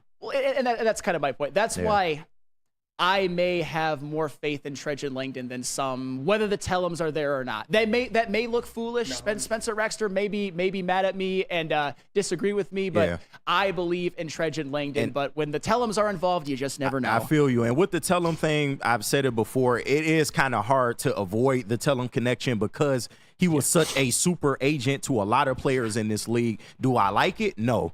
But we have to have some kind of faith, at least from this point, with Trajan Langdon. Let's give him a chance to see what he does and see if he actually has full autonomy to make the decisions that he wants to make. Absolutely. And just to respond to people who say that the New Orleans Pelicans weren't a championship caliber team, here's the thing. Last season, they were 3 games out of the 4 seed, or this past season, that's still going on. The finals are about to go up. There were 3 games out of the 4 seed. Zion Williamson missed 12 games. CJ McCollum missed 18. Brandon Ingram missed 16, and Trey Murphy missed 25. Yeah. Injuries happen in the NBA. I'm just saying that with the roster that has been constructed, the only thing that really stopped him was injuries. Because you look at the previous couple of years, Zion Williamson played 29 games in 2 years. Brandon Ingram missed more than 60.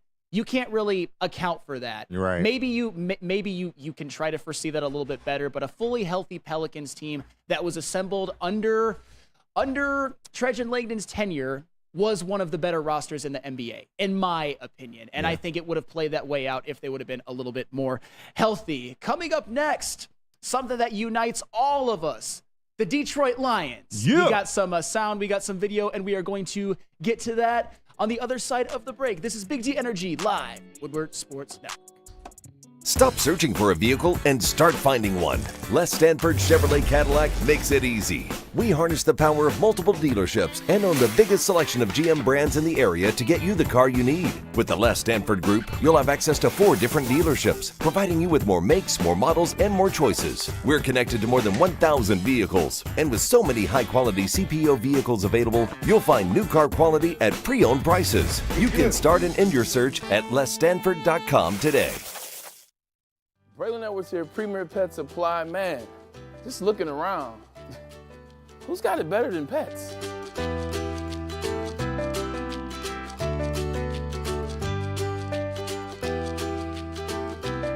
Come on, a baby stroller for Coda?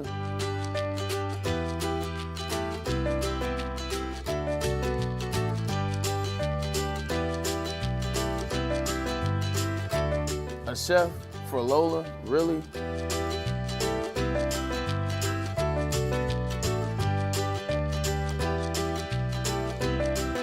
You don't have to tell me who the real boss here is. Who's got it better than pets? Nobody, especially here at Premier Pet Supply. For over 30 years and more than 13 locations, Premier Pet Supply has everything that your pet can dream of, and guess what? It's all under one roof. Premier Pet Supply, family owned, operated, and proud to call Metro Detroit home. Check out premierpetsupply.com or scan the QR code today. Who's got it better than pets? Nobody! Chevrolet, Detroit's #1 Chevy dealer with 18 locations. There's a Feldman dealership in your backyard. Visit feldmanauto.com to find the location nearest you. Since 1996, Feldman Automotive has been driven to provide a fast, convenient, and first-class car buying experience called the Feldman Advantage. They helped myself and Matt Broder get a new car. They could do the same for you, too. Visit a Feldman Chevrolet today. Welcome back to Big D Energy Live on the Woodward Sports Network. I am Flannel Sam. We got KG filling in for Darren McCarty on my left. I, of course, am filling in for Neil Rule. And Broderick Martin had some pretty interesting words to say about the Lions and Terrell Williams. You got those, Spenny? I do. Aaron Glenn spoke very highly of Coach Williams. What's been his early impression on you, and what do you think he brings to the D-line unit? I think he brings a straight dog to the D-line unit. Yeah, he a great coach. You know, he's been in the league for umpteen years, and he done coached a lot of players. You know, great players. You know, so he really bring that dog to this room. And he's been a good coach for me because he understands. He's coached guys like me. He understands what I need and what I need to do, and so he's really helping me out a lot. You kind of hit on. That was Broderick Martin talking about Terrell Williams, the Detroit Lions' new defensive line coach. And Broderick Martin is one of those guys that had, to put, if you want to put it nicely, a developmental rookie season. Although they could have used a little quicker of a development, but he still has an opportunity this season where there's not going to be as much pressure to be a rotational defensive line piece. And I think if he can become that, that's just fine as a third-round pick on this team. But we all know the Lions' defensive line has more talent. They added DJ Reader. They added Marcus Davenport. Hopefully, James Houston is healthy, which makes guys like John Kaminsky and Levi Onwuzurike or Broderick Martin, Mekhi Wingo to be rotational pieces, which as rotational pieces, that sounds better than having to start games to me. But I think an underrated part of their offseason is Terrell Williams is seen as an upgrade from John Scott Jr., and I believe that he is as well. During his time with Tennessee and with Miami, he was the defensive line coach for Jarrell Casey, Danico Autry, Jeffrey Simmons, DeMarcus Walker, who was kind of a bum on the Bears, but he had his best season in Tennessee. Harold Landry, Olivier Vernon, Cameron Wake, and Ndamukong Suh.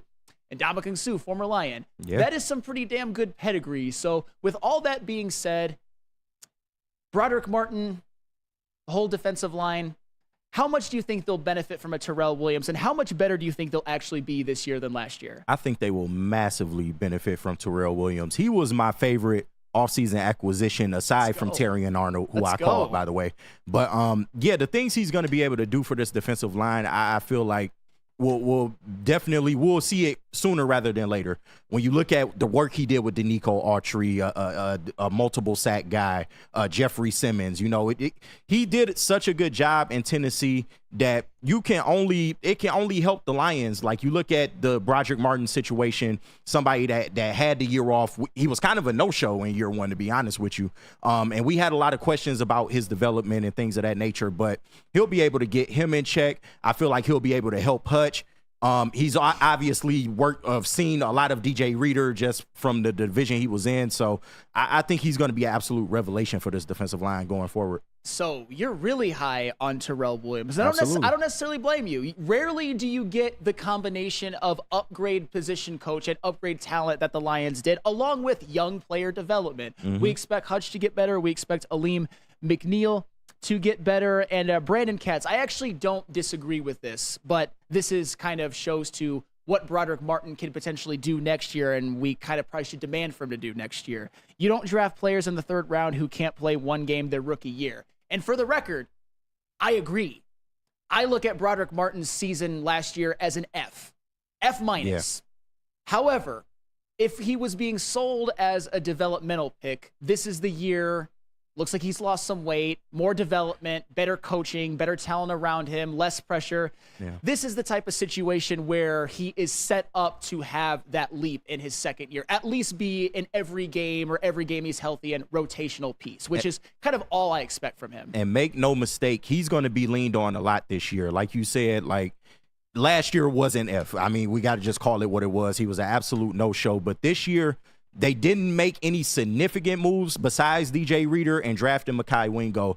I look at him as the number one alternate coming off the bench. So we're going to see Broderick Martin this year, for better or for worse, and I just hope that he's ready. He seems to have slimmed his body down. He's taking on the challenge. He's doing a lot in OTAs and things of that nature. So I think he's ready, man, but it's left to be seen what he can do on the field. Spenny, Broderick Martin, breakout season or nah? I don't know about breakout season. It depends on what you want to say by that. Yeah. I think he's going to be a contributor on the defensive line. I don't expect him to be a star or anything this season, but I think he is going to be a guy who you see get a lot of playing time. He's not going to get healthy scratched anymore, and I see him being a good guy to spell DJ Reader when he needs a breather. Yeah, and honestly, and this is something from Stephen Baffey, because you can look at this a couple of different ways. Stephen Baffey, this is complete bullshit, talking about Broderick Martin have a failed rookie year. Teams that make the NFC Championship will have a strong enough roster where third-round picks do not contribute in games. And on one hand, you're not being completely off base. Yeah. My thing is, you also had a defensive line that was starting Quinton Bohanna for multiple games. Benito Jones, that brought in the dead body of Tyson Alualu. This team could have used Broderick Martin, like a Broderick Martin that was more developed. Yeah, and they drafted him on the notion that he would be a project, but we thought that we would see him at some point in the season. You know, we didn't think he was just going to be a complete no-show, and I know he has some things about his weight and stuff like that, maybe his footwork too, but you have to say it's a failed season because we did not see him at all. And like you said, we had to go to the bottom of the well at the defensive tackle spot once Aleem went down. So, yeah, you got to call it what it is. Yeah, and he can redeem himself. He can. He can absolutely redeem himself. We ain't call him a bust by any means. No, no, not yet. Well, Sam might. No, because he's a third-round pick, and as I said before, as long as he can develop into a rotational piece that can kind of be the DJ Reader archetype as a backup, I'll be more than happy with it. If this defensive line is better than it was last year, which I think it will be, not just because of the starters, but because of the rotation, I will be more than happy with Broderick Martin. But he has a lot to show this year because, as I said before, last season was an F. It wasn't incomplete. To me, it was an F. Korean Jesus, how much better do you think this defensive line will be this year, and how big is Terrell Williams going to be as a coach? I think he's going to be massive. I think that DJ Reader cannot be I don't want to say overlooked. That's what I'm looking for. Overlooked, because he is so good at stopping the run. He is a true 1A run stopper in the NFL. You could argue he's a top 5 run stopper, and it's going to add such an element to this defense, and he takes so much attention away with double teams and stuff like that, where it really opens up opportunities for guys like Broderick Martin, Aleem McNeil, James Houston, the list goes on and on. I think that adding DJ Reader is adding someone on the level of Hutch in terms of ability, and that he can be that good of a player at his position. I think that's a little bit aggressive, but I know I know what you're saying. What do you mean that's aggressive? I want to take me through that. Who he said? Talk to me about it. Because go back to that Titans-Bengals game when the Titans were humongous favorites over the Bengals. They won that game because DJ Reader was a force in the middle and completely shut down Derrick Henry that game. Talk to him, Justin. Yeah, and Ryan Tannehill couldn't stop throwing interceptions, but it was because of Joe Cool, actually. But anywho, that's another vendetta for another day. Okay, Pro Football Flannel. Hey. Build your narrative. You just gonna let him come at you like that, Flannel? DJ Reader, as good at his position as Hutch is at his, I think that since he's never even made a Pro Bowl, and I get it. It's more. I said the way that he run stuffs. I said a top 5 run stuffer. He's a great run stuffer. You can argue me 4 D tackles better than him in run defense, and Aaron Donald doesn't count because he retired. I mean, Dexter Lawrence, Quinton Williams. I mean, you can't name very many. I will give. And Hutch isn't even a top 5 DN in the league. Okay, what? Max Crosby. I know want that. the smoke today. I'm not disagreeing with you, bro. Yeah, and saying that, I mean, I love DJ Reader too, but if you're saying Hutch isn't a top 5 D end in the league, DJ Reader's not a top 5 defensive. Yeah, he's absolutely. not a top 5 defensive tackle in the league. He's a run stopper for sure. Yeah, absolutely. Not all around defensive tackle. Yeah, and to kind of get back to what we was talking about, like, yes, he is great at what he does, but because of the injury history, this is why Broderick Martin is going to be absolutely key at that backup spot, because you can't keep him on the field. You can't.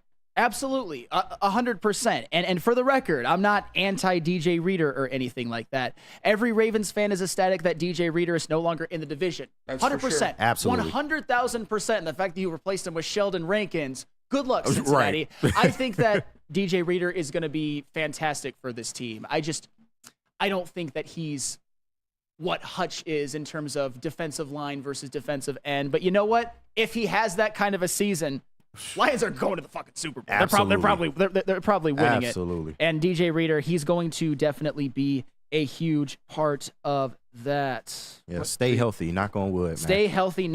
I mean, you can say that about a lot of players on this Lions defense, unfortunately, that there's some questions about. But first, I have to tell you about KD Law, new sponsor. Let's Shout go. out. Dealing with divorce, child custody, visitation, or other family law issues, Kevin and Catherine at KDK Law in Birmingham will have your back. 10 plus years of experience and 24/7 availability. Scan the QR code on the screen or call 248-971-0476. Say Woodward Sports sent you and KDK will pay your filing fee. KDK Law, they've got your back. Don't let her do you wrong. Stop searching for a vehicle and start finding one. Les Stanford Chevrolet Cadillac makes it easy. We harness the power of multiple dealerships and own the biggest selection of GM brands in the area to get you the car you need. With the Les Stanford Group, you'll have access to 4 different dealerships, providing you with more makes, more models, and more choices. We're connected to more than 1,000 vehicles, and with so many high-quality CPO vehicles available, you'll find new car quality at pre-owned prices. You can start and end your search at lesstanford.com today. A ton of fun, a ton of sports, and a ton of man-meat. Welcome to the Woodward Heavyweights, live daily 5 to 7 p.m. on Woodward Sports. At work and at home, we're there with smarter security solutions. Featuring complete automation with customized alerts and more. For over 90 years, we've been the company that's been counted on to protect what matters most, all with personalized service and care. Right now, for a limited time, receive a free video device plus free installation with a new home system. Guardian Alarm. We protect Michigan. This for over 50 years, it's only one logical thing to do. You expand and offer more products to more people, and that's exactly what Les Stanford has done by adding Les Stanford Buick GMC, the same great service that customers have come to know and trust on Woodward Ave, just south of 9 Mile Road. Check out Les Stanford and Dearborn today at lesstanford.com. Les Stanford Chevrolet. Together, let's drive.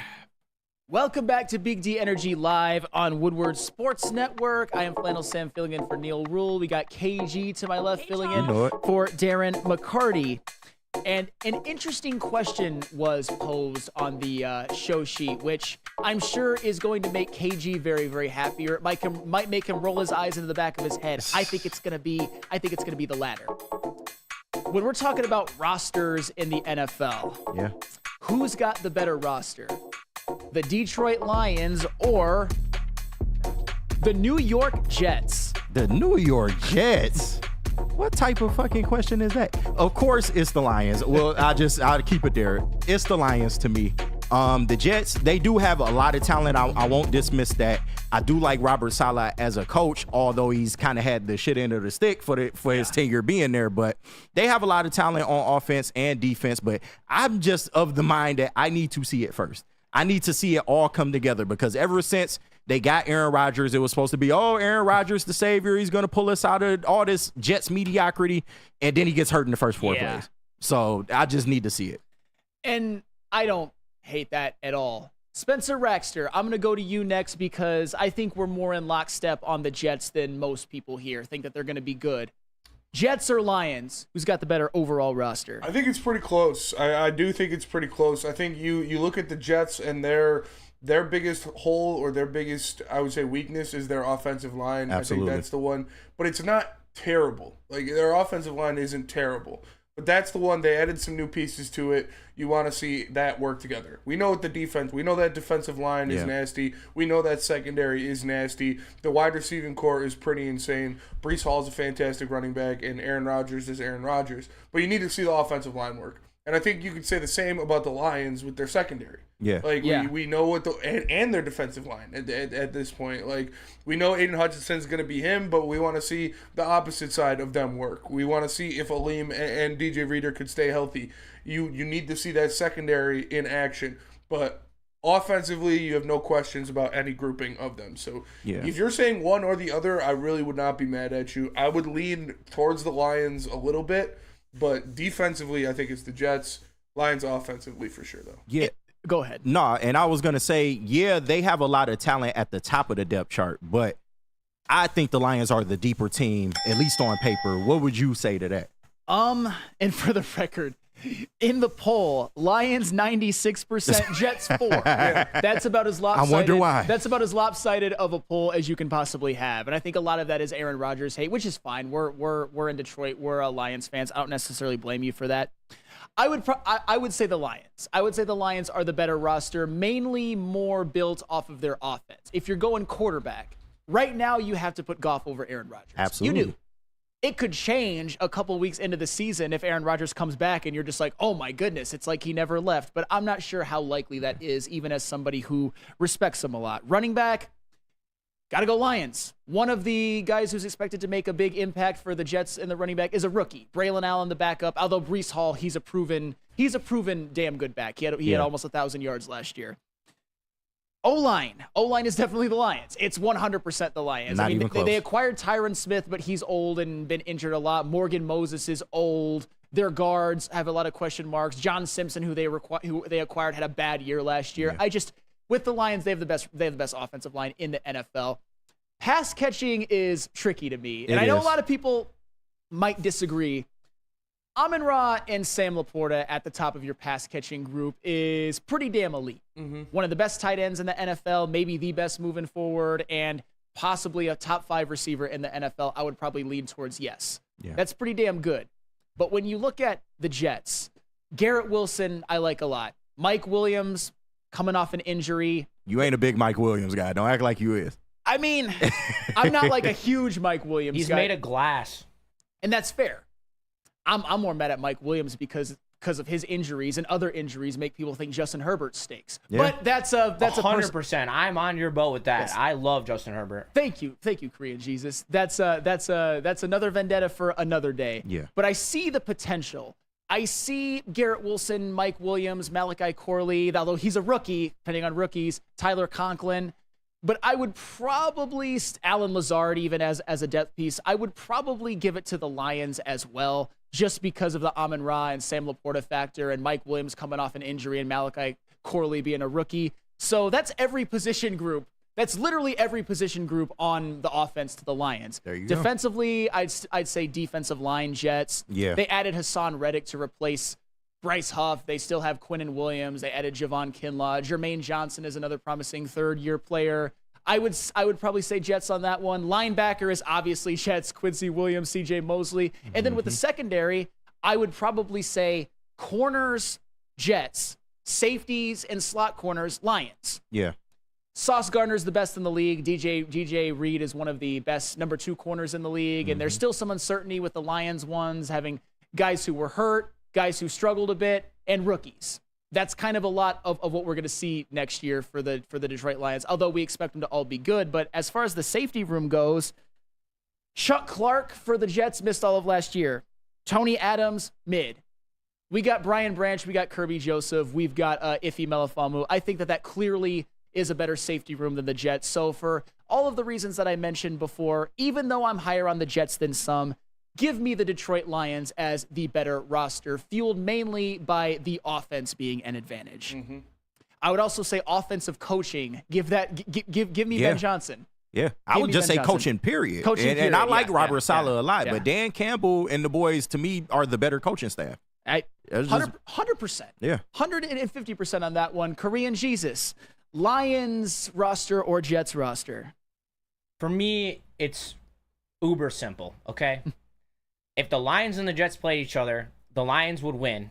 And it would be, because of like what KG said, it would be their depth. The star power might be there in New York, but their depth is shaky, and they have so many players that are injury prone. Mm-hmm. Yeah. No, that's I mean, adding old Tyron Smith, injury-prone player who's going to be a Hall of Famer, one of the best tackles of this generation, but he's like 35 and always hurt. And Allen W., I think, puts it perfectly. Jets are a top 5 to 10 defense. I'll give them that. I have zero faith in 40-year-old Aaron Rodgers, and honestly, coming off of an Achilles injury, I know KG, you would agree with that. Yeah, and he's got to show us. And even his last year with the Packers was not that good. A lot of people gloss over that. It wasn't. I don't think he'd lost Devontae Adams at that time. I think he's going to be working with a better receiving core. Should have took less money. He would have stayed. Can't really say anything about that. Yeah. That's 100% fair. But I think he's going to be working with, if he stays healthy, which is a major if, I'm aware of that. If he stays healthy, that to me is his best combination of weapons that he's had in a while, and weapons that I think fit together. And probably the best defense he's ever had. That defense, I mean, it's on paper, it's going to be nasty as long as everybody stays healthy, because when it comes to depth, I mean, you've got Solomon Thomas, who was a bust on the defensive line, but as a depth piece, not too bad. You got Will McDonald, who had a kind of a promising rookie year. I mean, when it comes to the Jets, there is some concern about the depth, which I think at a lot of positions with the Lions, there's not as much concern. And to me, one of the big ones as well that I mentioned before is that one of the guys you're counting on in your running back room is a rookie. The Lions had two guys that damn near had 1,000 yards last year. One of them did have 1,000 yards. So the Lions have the better roster, although I think the Jets will be a team that goes from not making the playoffs to making the playoffs. But we shall certainly see. And coming up next, I've got a topic that I am really, really interested to talk about. There's some guys who could end up being all-time greats when their career is all said and done. Hall of Famers, no doubt, but someone or someones are going to get their first championship and possibly their first finals MVP or a Conn Smythe. And I just want to have a discussion with all of you guys in the chat and everybody in the room. Who would benefit from it most, and who is under the most pressure to get it this year? That's a very interesting question to me. But KG, if you want to expand your mind a little bit before coming up with your conclusions, where do you go? Ooh, I think you would be going to Dispo Dispensary, of course. Dispo, visit for deals today too good to miss. Meet a team that curates an unbelievable atmosphere and shopping experience. Try the freshest inventory from Michigan's largest variety of products. Come through our stores or order on Dispo Dash. That's delivery, pickup, whatever you need. Dispo Dispensary, disposhops.com. Your local cannabis Smoke plug. weed every day. Feel alive during Feldman Chevrolet's biggest New Year's sales event ever. Get the best prices on our huge selection of award-winning Chevrolets. Like this 2024 Equinox for $188 per month. Or this 2024 Silverado for $268 per month. It's the New Year's sales event going on now at Feldman Chevrolet, Michigan's #1 Chevy dealer. Yo, let me just say, I love Planet Fitness. Trying out Planet Fitness, and dang, they got lots of equipment. Not me getting a Planet Fitness membership just for the 24-hour perk. Listen, the PF Black Card is worth every penny for this hydro massage. I'm a new man. Did y'all know that the PF app has workouts you can do at home? Cheapest therapy I can find is Planet Fitness. All the benefits, all for less. Planet Fitness, big fitness energy for all. Crispy Chicken and Pizza is taking over Michigan. They have locations popping up all over Metro Detroit, doubling their number of restaurants this year, known for their hand-battered, hand-breaded chicken tenders, delicious chicken sandwiches, and New York-style pizza. Stop in at any mega station near you or go to Sorokis.com to figure out where you can get some of this great food. Welcome back to Big D Energy Live on the Woodward Sports Network, and this is a topic that I am really, really excited to get into because players making or breaking their legacy, it's what sports is all about. And the Stanley Cup Finals is set, the NBA Finals is set, and we are going to get some new blood winning titles, winning Finals MVPs, winning Conn Smythe, some of the biggest stars in all of the world, like Luka Doncic, like Connor McDavid, guys who can end up being some of the best of all time in their respective sports, finally get their chance in the finals. And with all of that being said, KG, you know, there's McDavid, there's Kachuk, there's Reinhart, there's Bobrovsky, there's Tatum. there's Luka, there's Kyrie, there's Jaylen Brown, even if you want to go to that angle. Who do you think is under the most pressure to cash one in this year? It would have to be Jason Tatum, man. Jason Tatum, for somebody that has been billed as one of the faces or maybe the face of the NBA going forward into the future, he has not gotten it done on the biggest stage. And you only get so many shots at a chip in the NBA. We all know how hard it is to win in the NBA, but he's gotten there. He hasn't looked great. His playoffs hasn't necessarily looked great. Even this playoffs, in fourth quarters, he hasn't looked the best. It's damn near Jaylen Brown's team at this point. Now, yes, has he contributed? Yes, but I think if he really wants to solidify himself as one of the faces of the NBA going forward and not just a really good player, then he needs to cash this chip in, man. Boston has probably the best team that they've had in quite some time. I know Porzingis is down right now, but they'll probably get him back at some point in this series. But this is their best team and their best opportunity to go get one. So to me, it's Jason Tatum. Yeah, I can't really argue with you on that one. And I would go even further. I think Jason Tatum has to win a finals MVP. Because there's going to be real doubt about whose team it is if Jaylen Brown, say, wins the final MVP, or if it's for some reason Derek White or Porzingis. I doubt it at this point, but you guys understand what I mean. Finals MVPs are really what makes you immortal or the cream of the crop, because if you look at all of the all-time greats, every single one of them that you can think of all have one finals MVP, and if you're talking about like the top 10, they all have multiple. Yep. Except if you want to put Steph Curry in your top 10, he's got one, but he's got 4 championships and probably could have had another finals MVP in 2015. If it weren't for KD. Hey. If it weren't for that damn Kevin Durant. I think KD deserved those finals MVPs. No, absolutely. I'm talking shit. That's 100% fair. But Korean Jesus, I want to ask you a different question.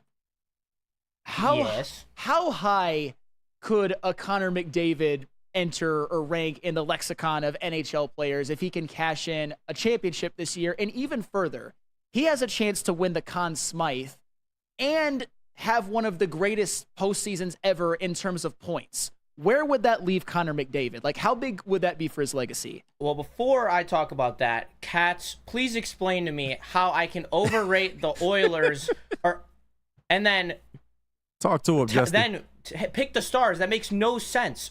Or underrate them. I don't even remember what you said. But how am I supposed to be high on Edmonton when I was high on Dallas? I was too low on Edmonton, and that is proven by how good McDavid played. And now to go off what Sam's saying. Connor McDavid is putting on one of the greatest postseason performances in NHL history. He has 31 points in 16 games. That is an absolute ridiculous clip for the playoffs. He will be vaulted into a conversation with Wayne Gretzky, I believe. It will be a more comparable with the Cup because I believe the NHL is more competitive than it was back then. And I just, oh my God, my brain is hurting right now because of thinking about McDavid and how good he is. It is crazy. But yeah, I think that he has the most to lose because you never know when you're going to get back in the NHL. I can't disagree with how high Connor McDavid could go in terms of all-time NHL players, because if he can cash in a Conn Smythe this year, and I personally think that if he is at the very least a point per game in the Stanley Cup Finals and they end up winning it and Draisaitl doesn't go absolutely insane, that they are going to give it to Connor McDavid if Edmonton wins the NHL Finals. Then you're in a room of players who have at least 3 Hart trophies and a Conn Smythe. That's a room when it comes to modern NHL players. So with due respect to Gordie Howe, for example, no disrespect to Gordie Howe, you're entering rooms with a guy like Alex Ovechkin, who has 3 Hart trophies and 1 Conn Smythe, Mario Lemieux, who has 3 and 2 respectively, and Bobby Orr, who has 3 and 2. Fucking Wayne Gretzky has 9 Hart trophies, which is just mind-blowing in and of itself. But you're entering a room of some of the all-time best to ever play the game. Connor McDavid is a Conn Smythe trophy away from being maybe a top 5 player ever right now. Maybe from working to pass a guy like Sidney Crosby, for example. To me, if he does that, and a lot of people aren't going to like this, but I don't care, I think he passes Stevie Y all time. I really do. I think he passes a guy like Joe Sakic all time. Yeah. All of those guys, like some that's big names. Those are some names that Connor McDavid can get in a room with. The type of names that I think he will be in conversation with, even if he doesn't win a Conn Smythe. But if he wins it this year, and if he somehow becomes the third player ever to have a 40-point postseason, the only other two are Gretzky and Lemieux, plus the Hart trophies, plus the Conn Smythe that'll come along with that, plus the 700-point seasons, Connor McDavid is going to be, he's going to turn into LeBron. That's what he's going to do. He's going to instantly turn into LeBron. Like the number one prospect ever, number one most hyped player ever who actually lives up and wins at the highest level. That's how much that I think his legacy can be vaulted by a Conn Smythe and then furthermore by like a 40-point postseason. Also, Cats, McDavid getting 9 points in 7 games is still ridiculously good because he still has such an effect when he's out there that you have to account for him. Points are not everything, but 9 in 7 games is still a ton of points for the NHL. Not every player can do that. That is still top 25 numbers, arguably. 31 in 18 games this postseason, though. That's almost 2 a game. Yeah. And like I said, he has a very real chance to get to 40 this postseason. And if he does that, there are 2 names who have done that, and their last names are Gretzky and Lemieux. Those are probably the 2 best who ever did it. I'm about to pull a flannel. I'm not going to lie. Go ahead. I'm not overriding Edmonton's playoff run. They have made it to the finals for a reason. They have the best player in the world. They've been blocking shots. They have one of the best penalty kills I've ever seen in the NHL. 100% against LA, 100% against Dallas, 86% against Vancouver. Those are ridiculous numbers that you can't even play against. If you can't score in the power play when Edmonton's scoring at over a 35% clip, you have no chance. You have no chance. Yeah. And also, Cats, I'm about to put you in timeout because you are pissing me off. You gonna be arguing with Cats all day, man. And that's something that I understand. I've been there, and I've obviously shout out D-Mac. That's his favorite person. I've obviously had many arguments with Cats and many arguments with other people throughout the chat family and in this room right now, except maybe James. But I'm sure me and James will find something to argue about at some point. But I've got another one, and I'm really curious to hear your thoughts on this, Korean Jesus, and your thoughts in the chat. I think if Draisaitl, like if the Edmonton Oilers win and Draisaitl maybe has 32, 33, 35 points in the postseason, I think he passes Sergei Fedorov all time. I really do. That's a tough one. That's a really tough one because I got to tell it to Neil, right? Oh yeah. I don't know. I don't know if I can get behind that. That might be a little aggressive because he's not going to win the Conn Smythe. He's not. So Sergei never won a Conn Smythe. Yeah, I'm just saying. Right. I don't know. I'd have to dive deeper. Right now, though, I don't think so. I think he needs a couple of years. I'd say the argument is there, Flannel. I won't diss it too bad, but I mean, tell that one to D-Mac. D-Mac might. Yeah, he might rip your head He off. might turn you into the turtle and start throwing haymakers. I think Neil Rule might actually be more mad at me, and I'm sure this is going to get clipped and sent to him. And this isn't a disrespect towards Sergei Fedorov or anything. Here we go. Like, oh, what do we got? That's such an unnecessary argument to make.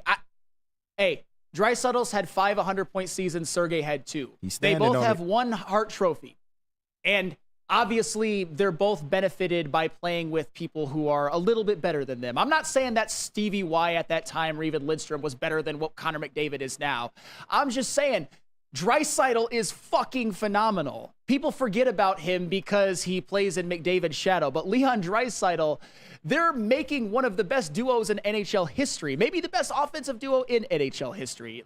That's how good Draisaitl is. This isn't a shot towards Sergei Fedorov. I mean, people forget Draisaitl has a Hart Trophy as well, but I'm not going to die on that hill.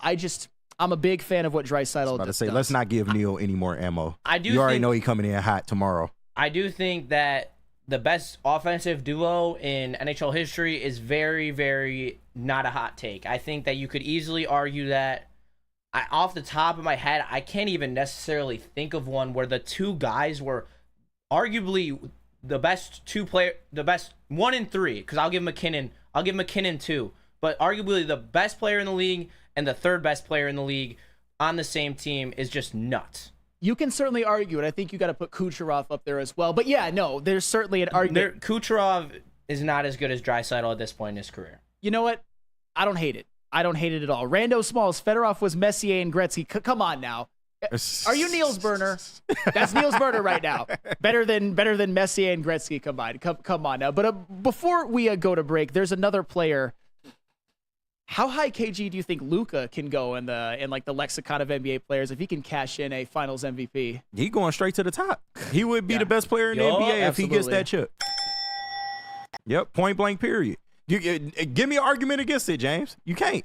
See bias right there. Right, is it? Yes, bro. Come on now. Jokic only got he's one. He's not a two-way player. He's a great offensive player. He don't have to be. But when your offense is that great, who gives a fuck about defense? We're in an offensive league, bro. We're in an offensive league, bro. Let's see if he even wins this series. I think he's going to get worn down by Boston's defense. He's going to have to go against Drew Holiday and Derek White. Both made the all-defensive team. Then you have Tatum and Brown on top of it. We've talked about Tatum. I think it's Tatum's time to get it done. Yeah, it better be. Jaylen Brown's the leader of that team, but I think Tatum's the best player on that team. He better be. So you the look city at of Drew Boston Holiday gonna as a riot. defensive stopper. It's not going to let Luka being able to get easy baskets and open shots. It's going to make it hard for him. He's going to have to work for it, and we all know his conditioning's not at that level. That's true, but even Jaylen Brown or Jason Tatum can't check Luka, bro. Hell no. They you cannot. saw them last year against the Warriors. They got cooked all series. Boston's cooked. Yeah. Jason Tatum's not him. Jason Tatum does not have that dog in him. Low key, I said this last week. He's low key a bitch. Well, and for the record, James, if Luka's got to win the Finals MVP. I'm not saying that he's already passed. That he's already passed Jokic in terms of best player in the world. And if everything that happens that you say could happen of Luka getting worn down happens to him and he underperforms in the NBA Finals, that conversation is over. Yeah. I 100% will vibe with that. But Luka Doncic right now is third most all-time in points per game, regular season. Second most in playoff points per game. Luka Doncic is higher up in the lexicon of both than KD and LeBron. That's one of the reasons why I'm like a Finals MVP would make him the best in the world, and I think a top 20 player of all time already. Yeah. That's how high. It'd be hard to argue. That's how high that I think Luka Doncic can go. But you know what? He's got to get it done. Because if they don't, what's up? You say something? Okay. No, that's James. He up here I being said a Luka hater. right. Top 20 player all time is wild. How? How is that wild? Because you're basing that off of a single championship. I mean, what do you consider him? A point guard? I'm not basing. He's not even the best player on his own team. Oh, get the fuck out of here! I'll take Kyrie You wild, Irving. bro. That's Luka hate. That's insane. That's Luka hate. You about to say a pop a blood vessel, bro. That's Luka hate. Well, all I know is when the game is on the line, who's getting the ball? That's all I'm gonna say. Either one of them are gonna get the ball. Luka is just as clutch. People act like Kyrie Irving is 15 for 15 all time in game-winning shots.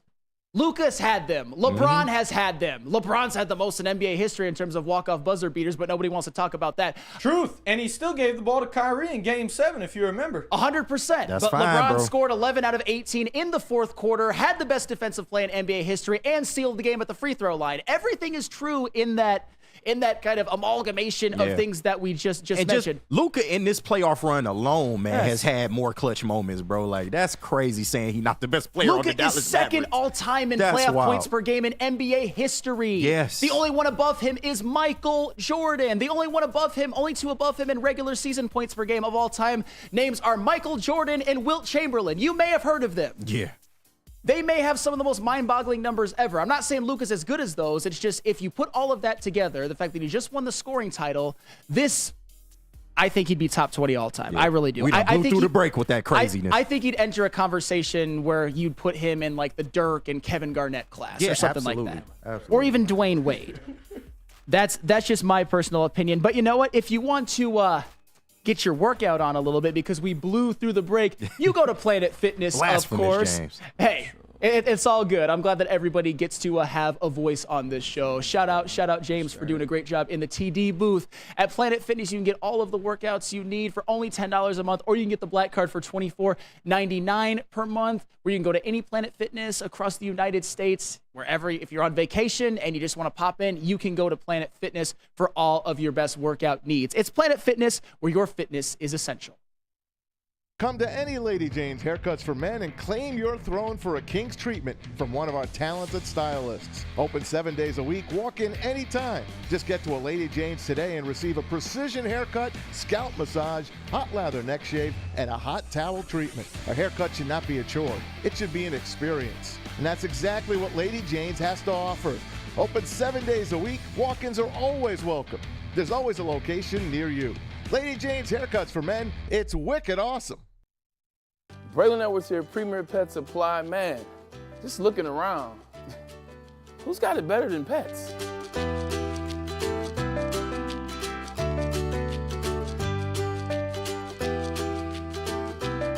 Come on, a baby stroller for Coda?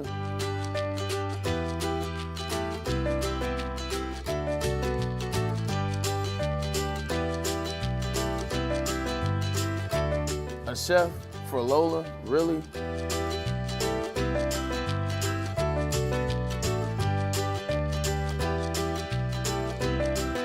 You don't have to tell me who the real boss here is. Who's got it better than pets?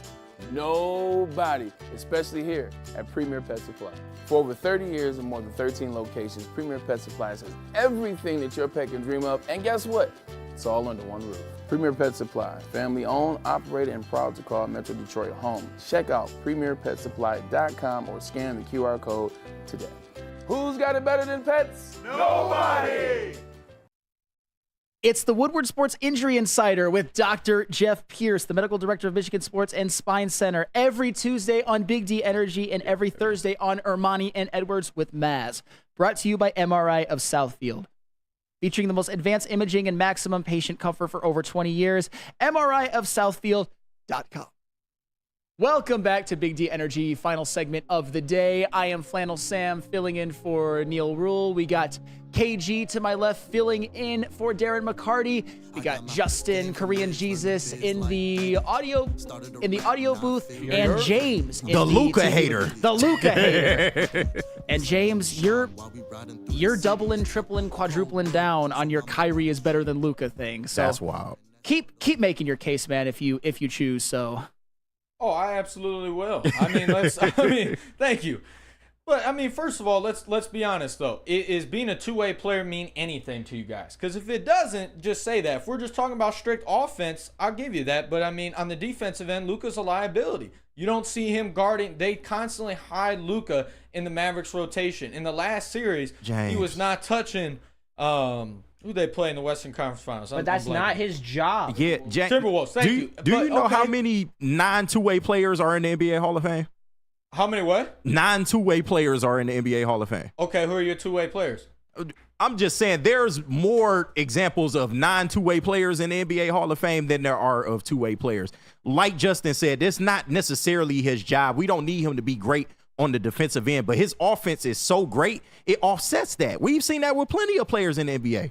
But he's a liability on the defensive end. That's my biggest Not that issue. much of a liability. Well, that's the thing. Like, if you're winning the championship, if you're winning Finals MVPs, which he hasn't won yet, but if he does, who gives a fuck about defense? And you act like Kyrie is some stalwart on defense. He's not even close. He's a capable defender, though. Oh my God. He's small.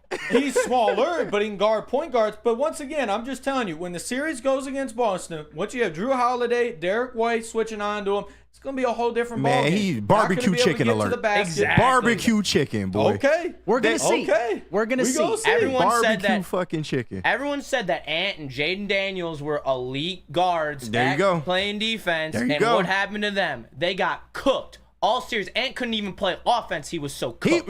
He was having trouble keeping up with Kyrie Irving, out of breath every goddamn time down the floor. Like, come on, man. And you don't think that Kyrie is going to be absolutely rattled off because of what happened to him in Boston? And I'll get with you, James, because I even said that Kyrie, as a bomb play earlier in the playoffs, would be a really interesting Finals MVP call.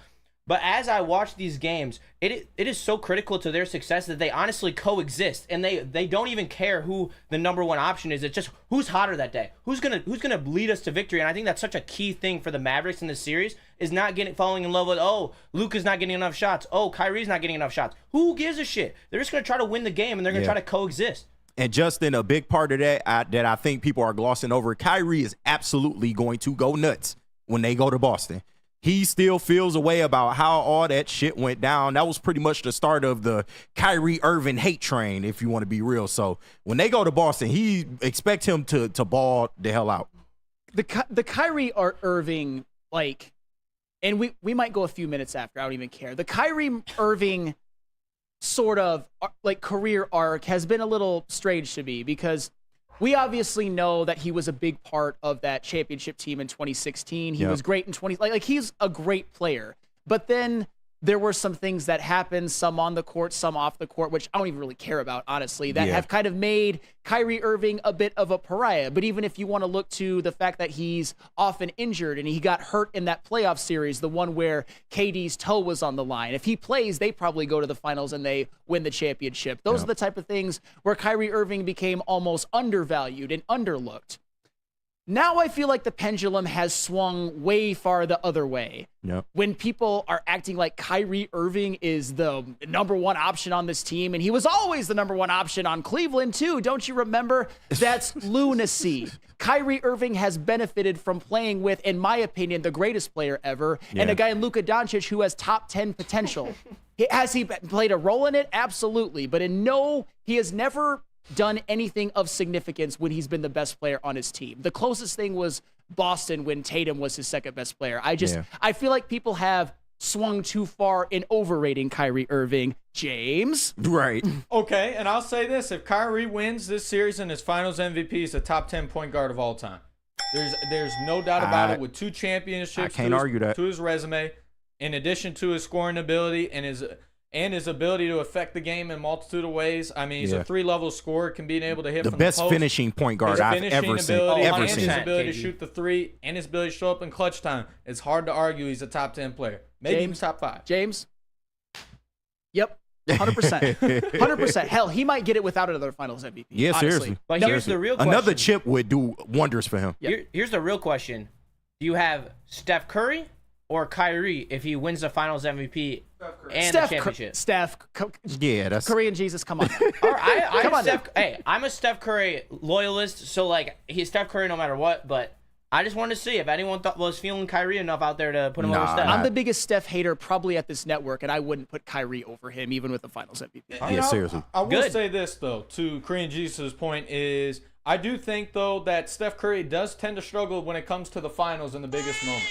He hasn't always been great in those moments. Now, am I taking Kyrie over Steph Curry? No, I wouldn't say that. I'm not going to go that far and act like that. But I will say, though, come finals time, there's a reason why Steph Curry only got 1 finals MVP in his trophy case. The Kyrie and Kevin Love being hurt, the choke job in 2016, Kevin Durant. Yeah. I'm just saying. There's a reason why I begged Kevin Durant to come play with them. That's all I'm saying. I don't know if he was begging. Let's not throw that narrative out there, okay? Do you have any confirmation that he was begging? I don't think he was begging. I think KD was begging. Oh, please save me from OKC and this bad man Russell. Oh, I can't win here. Oh. There's an article I will post in the chat that shows that they took a flight to go out to the Hamptons to go meet with Kevin Durant and say, please help us beat LeBron James.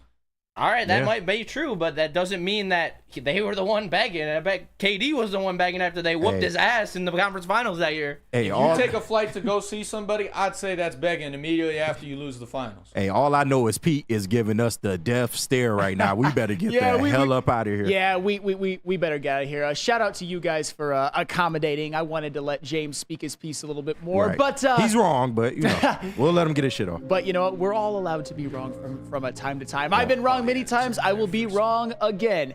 That was Big D Energy live on the Woodward Sports Network. Tune in tomorrow from 11 a.m. to 1 p.m. And please watch every single other show on Woodward Sports Network. We've got some great programming, including Wake Up Woodward, which you saw KG on earlier. And you're going to see him on Ermanni and Edwards with Maz as well today. Yeah. Oh, correction. I'll start tomorrow. I don't start today. All right. Well, that's probably good because doing desking in that show is hard AF. Yeah. I said hard AF. That's weird. But shout out to Neil and D-Mac, too. Hopefully they'll be back tomorrow. If not, they're going to have to cut me a check, man. Absolutely. This is faux show straight. I will see you guys tomorrow. Peace.